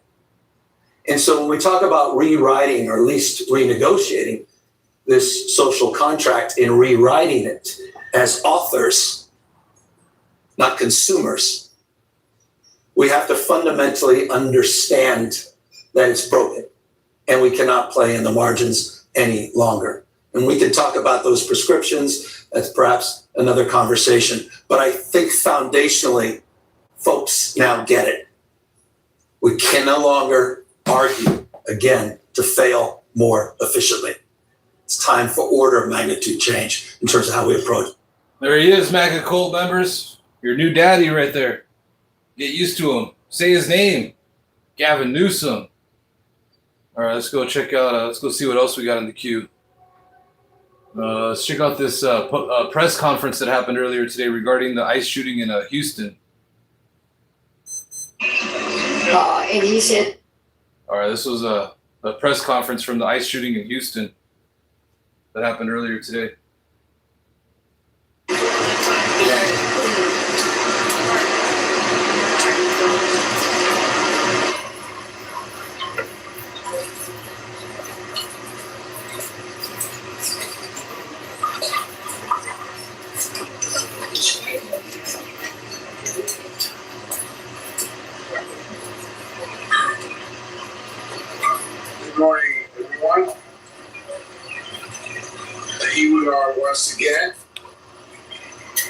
as we, members of the Congressional Hispanic Caucus, stand here together to denounce the killing of Lorenzo Salgado Araujo. He is again someone that was killed in Houston, Texas. And once again, we are here seeing the same violent pattern exhibited by ICE. We see conflicting accounts. We see missing body camera footage. His family, the Araujo family, deserves the truth, and the American people deserve accountability. So here we are again, a brown man, a Latino, killed. And I must say that I don't see the outrage.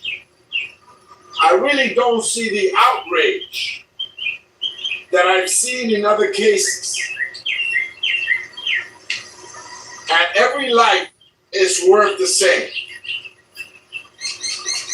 Every single life is worth the same.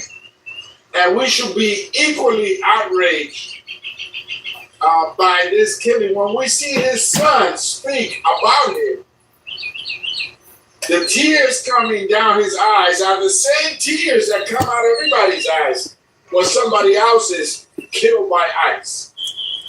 So we're here to denounce that. We're here to denounce the killing. We're here to denounce the violent behavior of ICE. But we're also here to denounce, it's sort of like double standard, because he's a brown man, as though he doesn't have a first name and a last name, just like any of us here. So whether you're an immigrant, whether you have an immigrant status that's irregular, documented, undocumented, a life is a life. And so the Constitution guarantees due process for everybody, not just for one folk and not the other. Justice should be decided in our courtroom, not in the asphalt, in the pavement of any city across this country.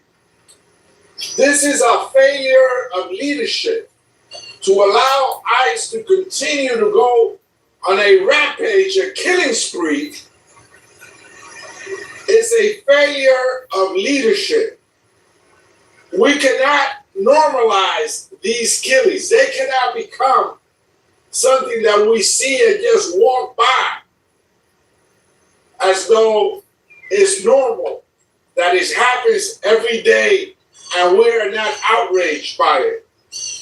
So today we're announcing that on Friday, July 24th, in Houston, Texas, CHC, the Congressional Hispanic Caucus, in partnership with the House Homeland Security Committee, will hold a field hearing on the killing of Lorenzo Salgado Araujo. We will hear from witnesses, examine the facts, and demand answers from those responsible. Estamos aquí para denunciar un asesinato, el asesinato de Lorenzo Salgado Araujo. Otro más. Y sentimos como que en este caso no se le está prestando la atención que amerita, la atención necesaria, y que no se está considerando con el mismo repugno de que los otros asesinatos fueron tratados. De manera que estamos aquí con el campus hispano y vamos a luchar, a denunciar este asesinato. Vamos a denunciar el comportamiento violento de ICE, que sigue matando gentes en la calle. Y también anunciamos que el próximo viernes 24 de julio estaremos en Houston, Texas, en una audiencia pública con el Comité de Seguridad Nacional de la Cámara de Representantes para escuchar de los testigos y ver las evidencias y demandar respuesta a este vil asesinato. Con eso le presento a la representante Silvia García. Good morning, I'm Sylvia Garcia. I'm from Houston, and the incident occurred in my district. And let me first say that we cannot forget that at the center of all this is the Lorenzo's family. A wife has lost her husband. 3 sons have lost their father. A brother watched Lorenzo get shot, sitting right next to him. And instead of being treated with dignity, this family had to learn of his death through the news media and through social media. ICE put his name out there without even notifying the family first. When I confronted the acting ICE director in a phone call last week, he called it unfortunate. Unfortunate. I asked him for an apology. He refused and had said that only until after the investigation and they discovered there was an error that he would apologize. Well, that's not good enough. The more we learn about Lorenzo's killing, the more questions we have and more changes ICE makes in their version. Lorenzo was not a target. Let this be perfectly clear. He was never target from this operation. His brother was not a target. The ICE director, the acting ICE director, refused to tell me, well, then who was? He simply said that they had an administrative final order of deportation. My friends, I'm a lawyer, I'm a former judge. That is not an arrest warrant. And that is not a license to kill. Lorenzo, again, let me be clear, had no criminal history. None, period. He was not the target. He was simply picking up workers to go to work in the construction field, building homes in Houston. And as an aside, I can tell you, we need more homes. It was his job, it was his business. The men inside in the van tell me that the agents approached in unmarked vehicles with no lights, no sirens, no cherry top at the top the way most law enforcement does, and none had dash cam videos. They say the agents never identified themselves, and no officer was ever standing anywhere near the front of a van. Now, you don't have to be in rocket science to know that you can't run somebody over if that person is not in front of the van. So that leaves many alarming questions. The agent shot through the passenger window. It happened to be down. The detainees told me that their air conditioning was not functioning in Houston. You know, it gets really hot. So they had it rolled down. So the shot came through the passenger window. And not a single agent involved was wearing a body camera. This after Kristi Noem had assured Congress back in February that with the money that they had gotten, that they were going to make sure that all agents in the field had body cam cameras. So Lorenzo's family is being asked to trust an agency that killed him when he wasn't a target, had no criminal history. The officers never identified themselves. I asked you what you would do. ICE still has not provided evidence to support what has happened. They expect the public to accept that one statement they issued the day of the event. I have not provided any further updates. I have not been given a copy of the so-called ICE detention final order. The witnesses also told me that Lorenzo was given no medical aid.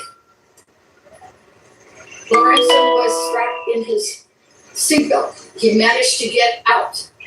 And as soon as agents saw that he was getting out of the van, they stormed in, threw him to the floor. One of them put his knee to hold him down, but never was a first aid kit pulled out. Never was there any first aid on the scene. The ambulance from the Houston Fire Department did arrive. We think it was within 20 minutes. We're still trying to get a timeline from that department. These are all allegations of serious human rights, civil rights, constitutional rights violations. The situation demands a real independent investigation, not one from its own internal OIG. The family has suffered unimaginable loss. They should not have to fight the federal government just to learn about what happened to their husband, father, and brother, who has died on the streets of Houston.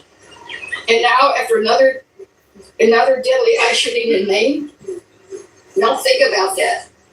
Houston's incident was last Tuesday, 1 week ago.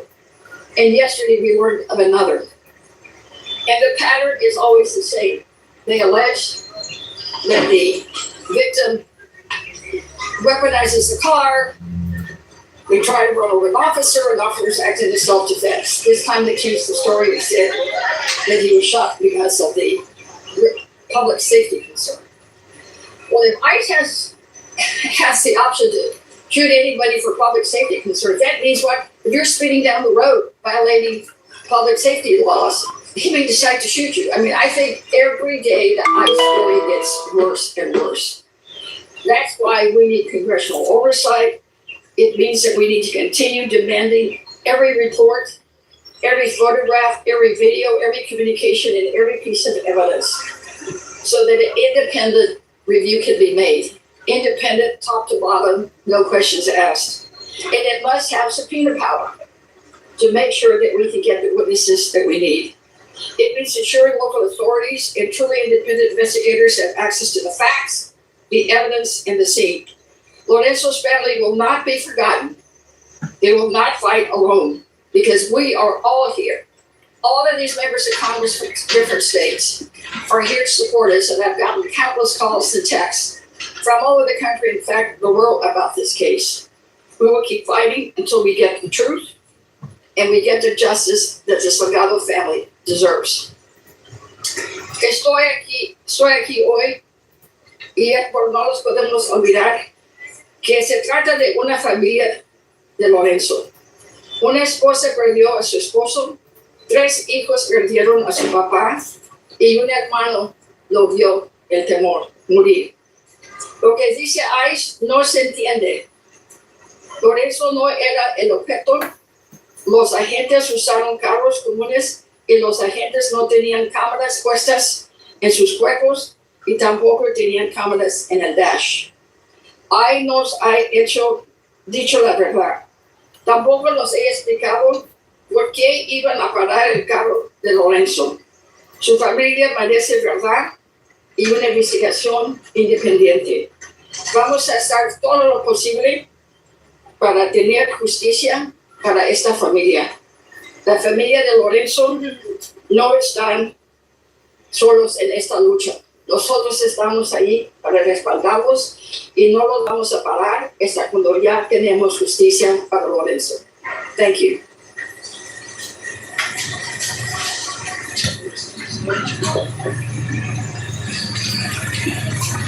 Good morning, everyone. I'm Congresswoman Marma Torres. I represent California's 35th Congressional District. We are here today to uphold our oath and the American promise. Every single day, we recite this in this House of Representatives with liberty and justice for all. Liberty and justice for all. Today, we are demanding justice for yet another family. Another man, father, worker,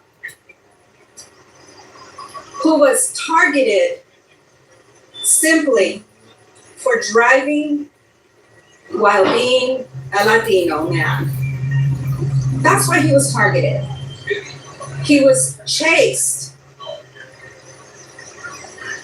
by a vehicle with no license sirens, no identification, that there were law enforcement officers.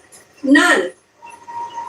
So if you are chased recklessly by an unmarked vehicle, what would you do as an American citizen? Would you assume the worst, that somebody's trying to hijack you kill you, or steal your vehicle? Probably. And I would probably run myself. Because a van looking like an ICE van also tried to run me off the freeway in my district. I know this firsthand. But you see, when you're brown, when you're a Latino, you don't have the choice to run away from a gang, to run away from somebody who's trying to rob you, because they could very well be federal agents that will murder you without first identifying themselves and without first telling you what they are chasing you for or what you are wanted for. Lorenzo, on that horrible morning, committed one crime. The crime of trying to achieve the American dream for his 3 sons and his wife. Getting up in the morning, going to work, serving his community by building the number of housing units that are needed so desperately. And how is he repaid? With liberty and justice for all? Absolutely not. He was repaid by being profiled and then ultimately murdered. This story repeats over and over and over again. It happened in my district last year.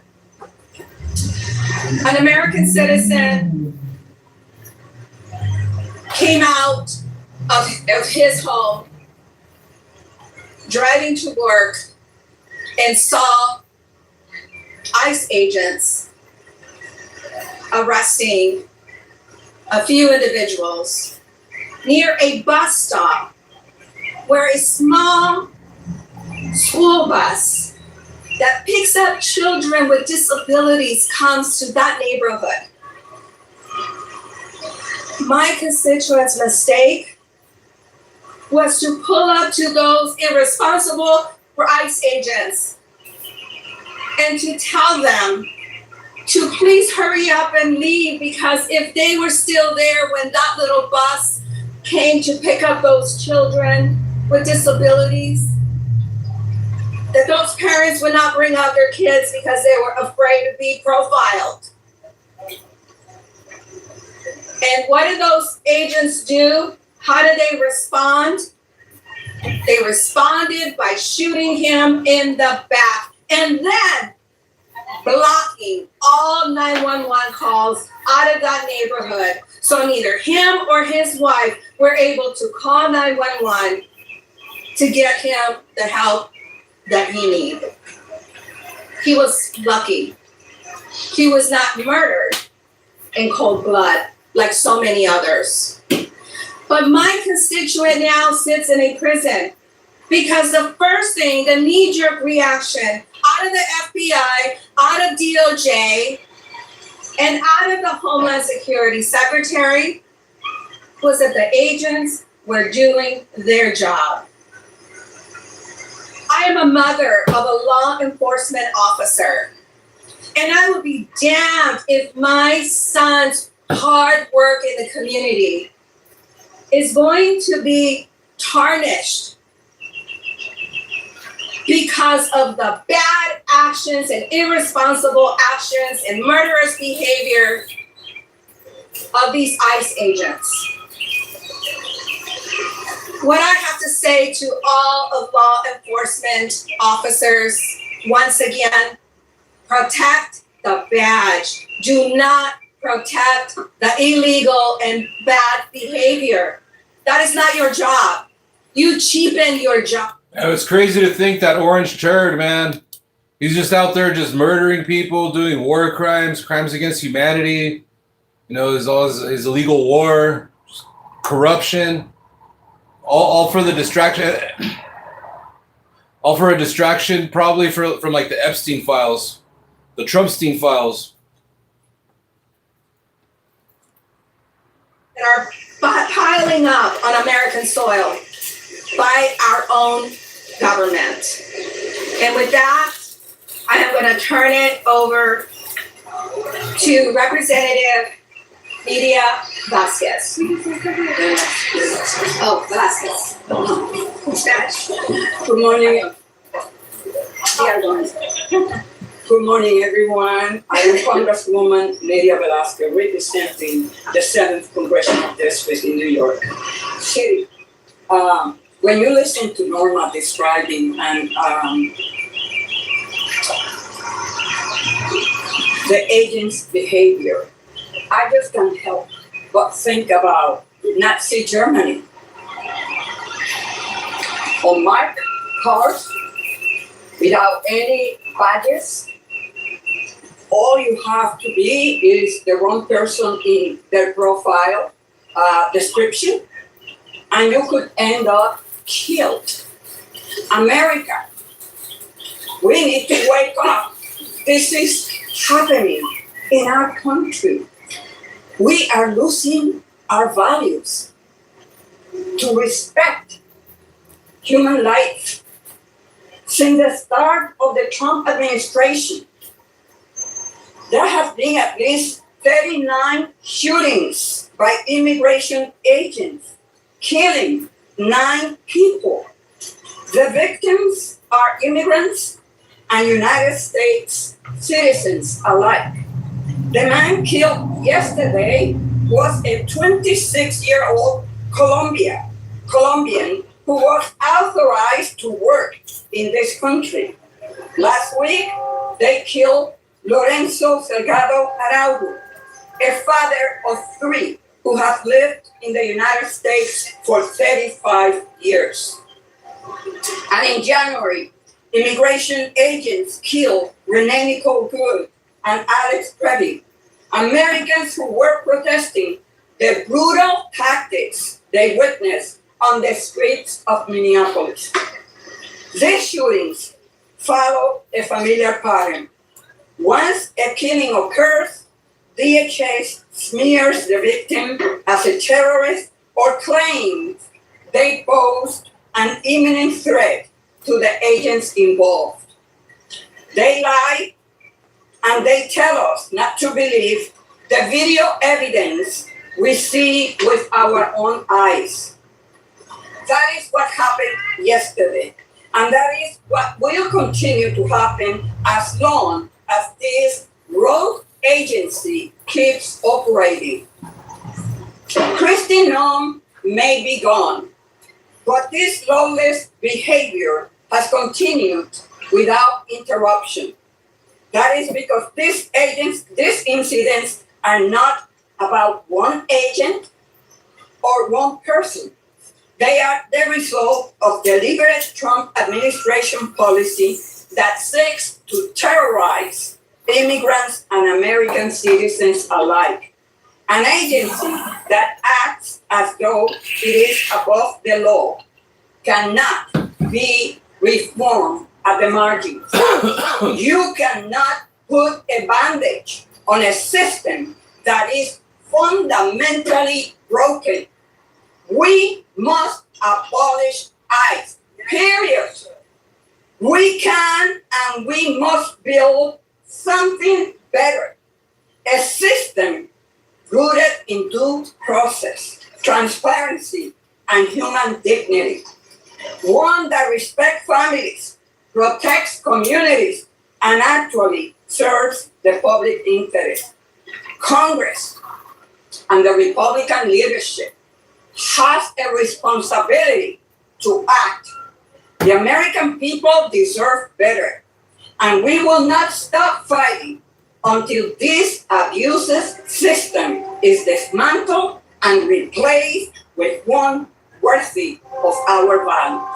Aquí estamos para denunciar una actitud y conducta criminal de ICE y de Homeland Security y también de la administración del presidente de los Estados Unidos, Donald Trump.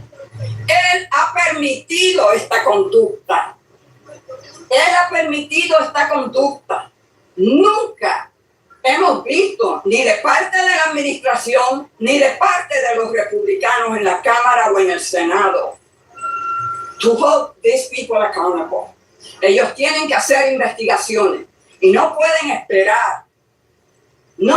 esperar otros resultados si nosotros no abogamos porque se elimine esta agencia y se crea una agencia nueva que respete los valores humanos, que respete la vida y la dignidad de toda la familia en los Estados Unidos. ¿Por qué Estados Unidos siempre ha sido the beacon of hope?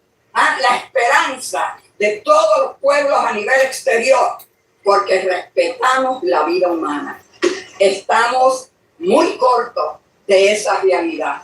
Que Dios bendiga al pueblo americano, porque de verdad que lo necesitamos. Gracias.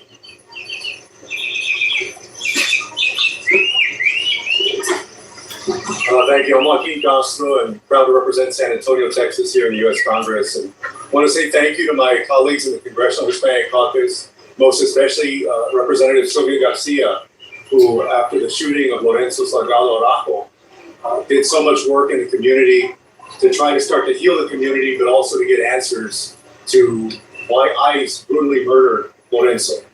And also to other members of the Houston delegation who were here, Lizzie Fletcher and Christian Menefee, who have also been very helpful in Houston.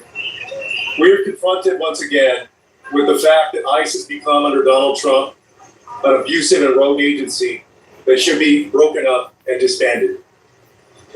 Yesterday, a woman walked out of her home and into the chaos of the street where she saw a young girl, no more than 3 years old. ICE had just shot and killed a 26-year-old man, shot him 6 times. And while he was lifeless on the floor, they handcuffed him. Neighbors said the man was the father of that young girl. It was 7 o'clock in the morning, and the young girl was still wearing her bluey pajamas. And the woman said, things like this never happen, except under Donald Trump, they seem to happen every week. And if we let this go longer, they will happen every day.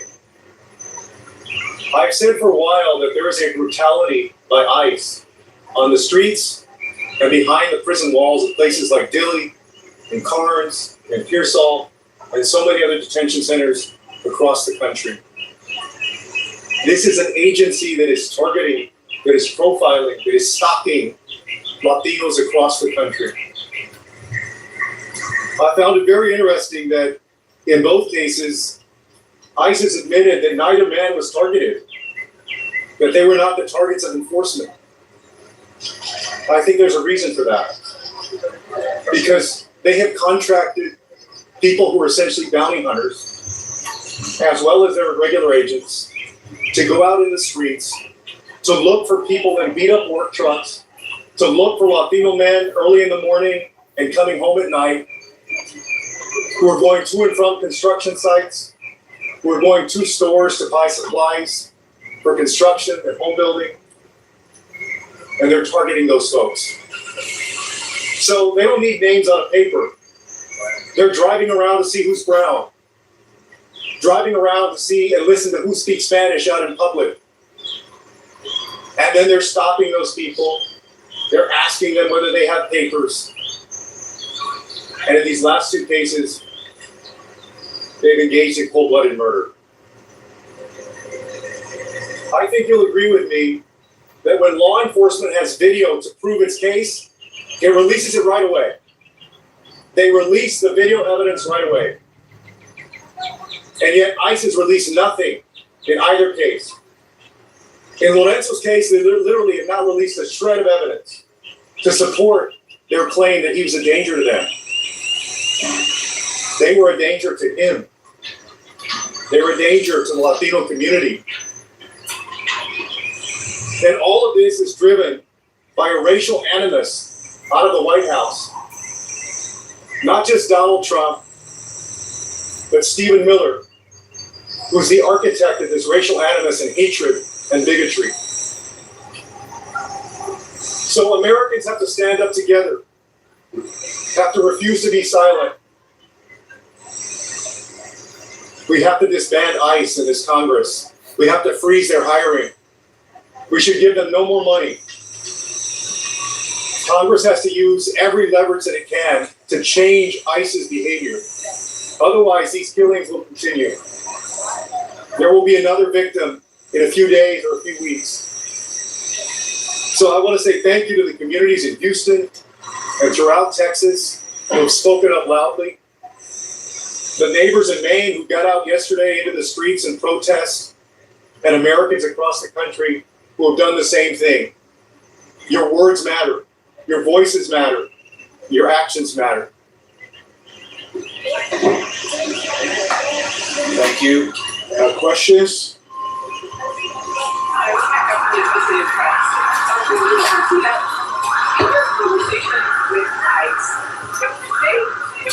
know they told you that they promised to have body cameras out to everybody in ICE by the end of this month. They give any details about like the videos don't have the van, or why it's taking so long.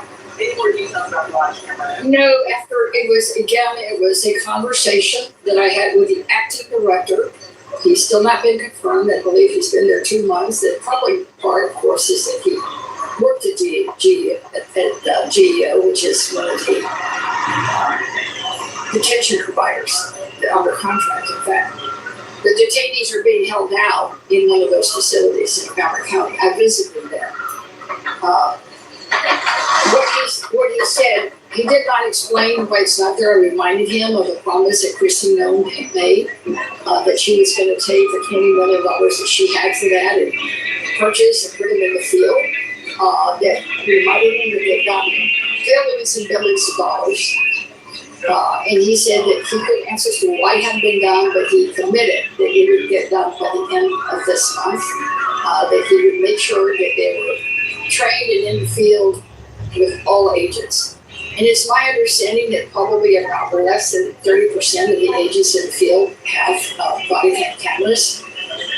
All I know that it's tragic that they didn't have them in Houston, and I understand they were not also on the bodies of the officers in Maine. So I don't know why. Those are answers that we have to press on, and certainly we will cover that through the next days, either through the Committee on Oversight or the Committee of Department of Homeland Security. And of course, the Judiciary also has been contacting me about a couple of issues. So it's an all hands on deck. This is tragic when people are being shot and killed. Because, like Custer said, they were not the targets. Well, then why in the hell did they end up being killed? And in Houston, I might add that I'm being told that it's likely that the van that they stopped wasn't even the van that they were after. It seems like after talking to the 2 detainees that I talked to at the processing center. Oh yeah, because they never have a target. All they do is just drive around racially profiling people, violating everyone's civil rights. That the only thing in agreement is that it was a white man. Everything else, different story. Any other questions? The team you talked to on Saturday, they're still in the process of Yes, ma'am. haven't moved to a long-term detention. No. And that was one of the asks that I made of the acting director in my conversation, that they please not be moved because they needed access to their families who were still grieving, especially their brother. I mean, imagine you're sitting next to your brother in the front seat of the van and you see a gun pointed through the windshield that shoots your brother. I mean, I cannot imagine what he's going through. And so I asked them. Hey, what's up, Robert? We made sure that all 3 had lawyers, and he committed to me that they would not be moved. However, I'm hearing through the grapevine that USCIS is already, and DHS has already begun the removal process. Which again, that's the question. It means, why would you begin to remove properties if you're telling us that there was already a final order on one of them? All we know, the acting director said it wasn't for the brother or the driver, so all we can surmise it was for one of the 2 other detainees. But I visited this last Saturday.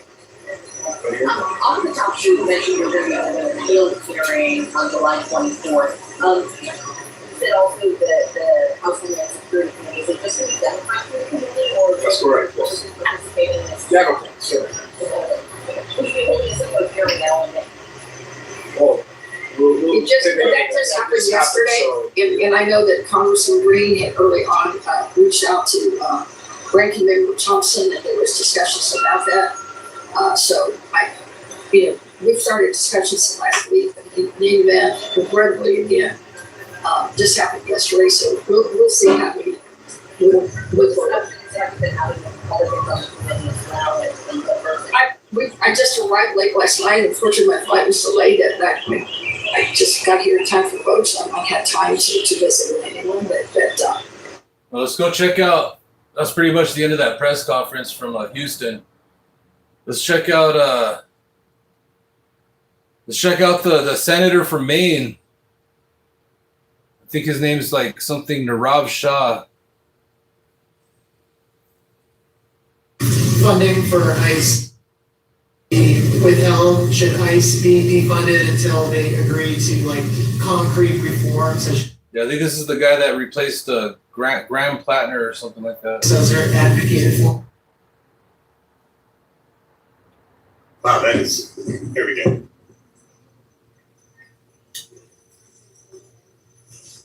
It's just good to see you guys. You know what Robert Long just told me about. Oh, really? Funding for. Before I discuss the policy roadmap that we are releasing today, I want to address the tragedy that unfolded on the streets of Biddeford this morning. Details are still emerging, but we know that an individual lost his life during an encounter involving ICE agents near Poole Street. Presente, Maine has identified the individual as a 26-year-old male who, again, according to Presente, did in fact have a work permit and a social security card. Again, that is per Presente, Maine. Right now, a family is facing unimaginable grief. A community is in profound shock, and our nation is at pains to understand how a federal operation escalated to a fatal force. Well, hey guys, I think it's gonna start cooling down. I'm gonna get my step on, but it's been nice hanging out with everyone, catching up on the current event news. But yeah, I guess there's a bunch of Senate hearings that happen, so I'll probably post up later and watch like some Senate hearings. YouTubeville watch party with them. Yeah, I heard Trump's gonna do some kind of speech. He's still crying about the elections from like 6 years ago. I think it's like Thursday night. We'll watch that and laugh at him. Before I go, let's check out this this last video over here.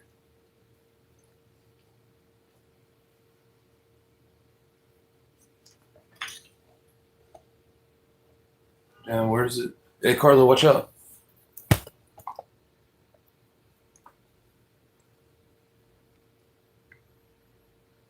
Let's see.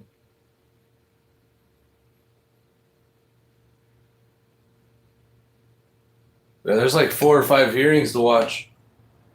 There's like some one about like DEI and some other one about some Coney chick or something.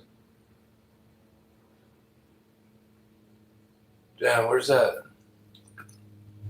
Where's that video at? I'm trying to find it. I want to play it before I jam.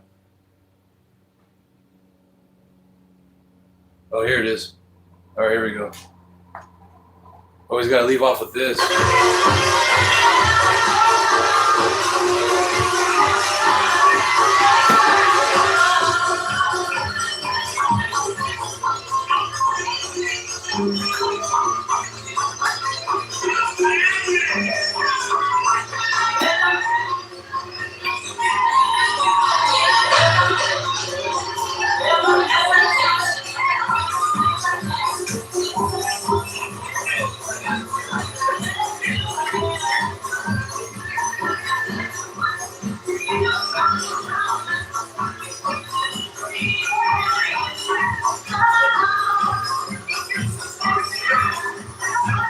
Oh yeah, hey, what up, Brock James? Yeah, for sure. What up, multi-check? Yeah, definitely gonna take Carlo on a walk. What's up, News Troll? What's up, Sim Racing? What's up, Aloha Kitty? Hey, thanks for everyone that hung out. Appreciate you guys. Yeah, let's check out some Senate hearings later on. Oh yeah, let's see. Thanks for everyone that voted. Let's see, almost 800 votes. It looks like 65% of the people do not support Donald Trump. It's funny, the MAGA cult members, like, that one flew over their head. They're all, like, crying about the poll. They're like, what war crimes? What crimes against humanity? Oh, man, they'd be drinking too much of that Kool-Aid. Anyways, all right. You guys all have a good rest of your Tuesday. Catch you guys later. What's up, Carlo? You ready to roll out? You ready to go? Yeah, it's a hot one, huh? Damn, it's still like 100 degrees and it's 6 p.m. What's up, buddy? All right, you guys, have a good day. We're gonna go on a stroll.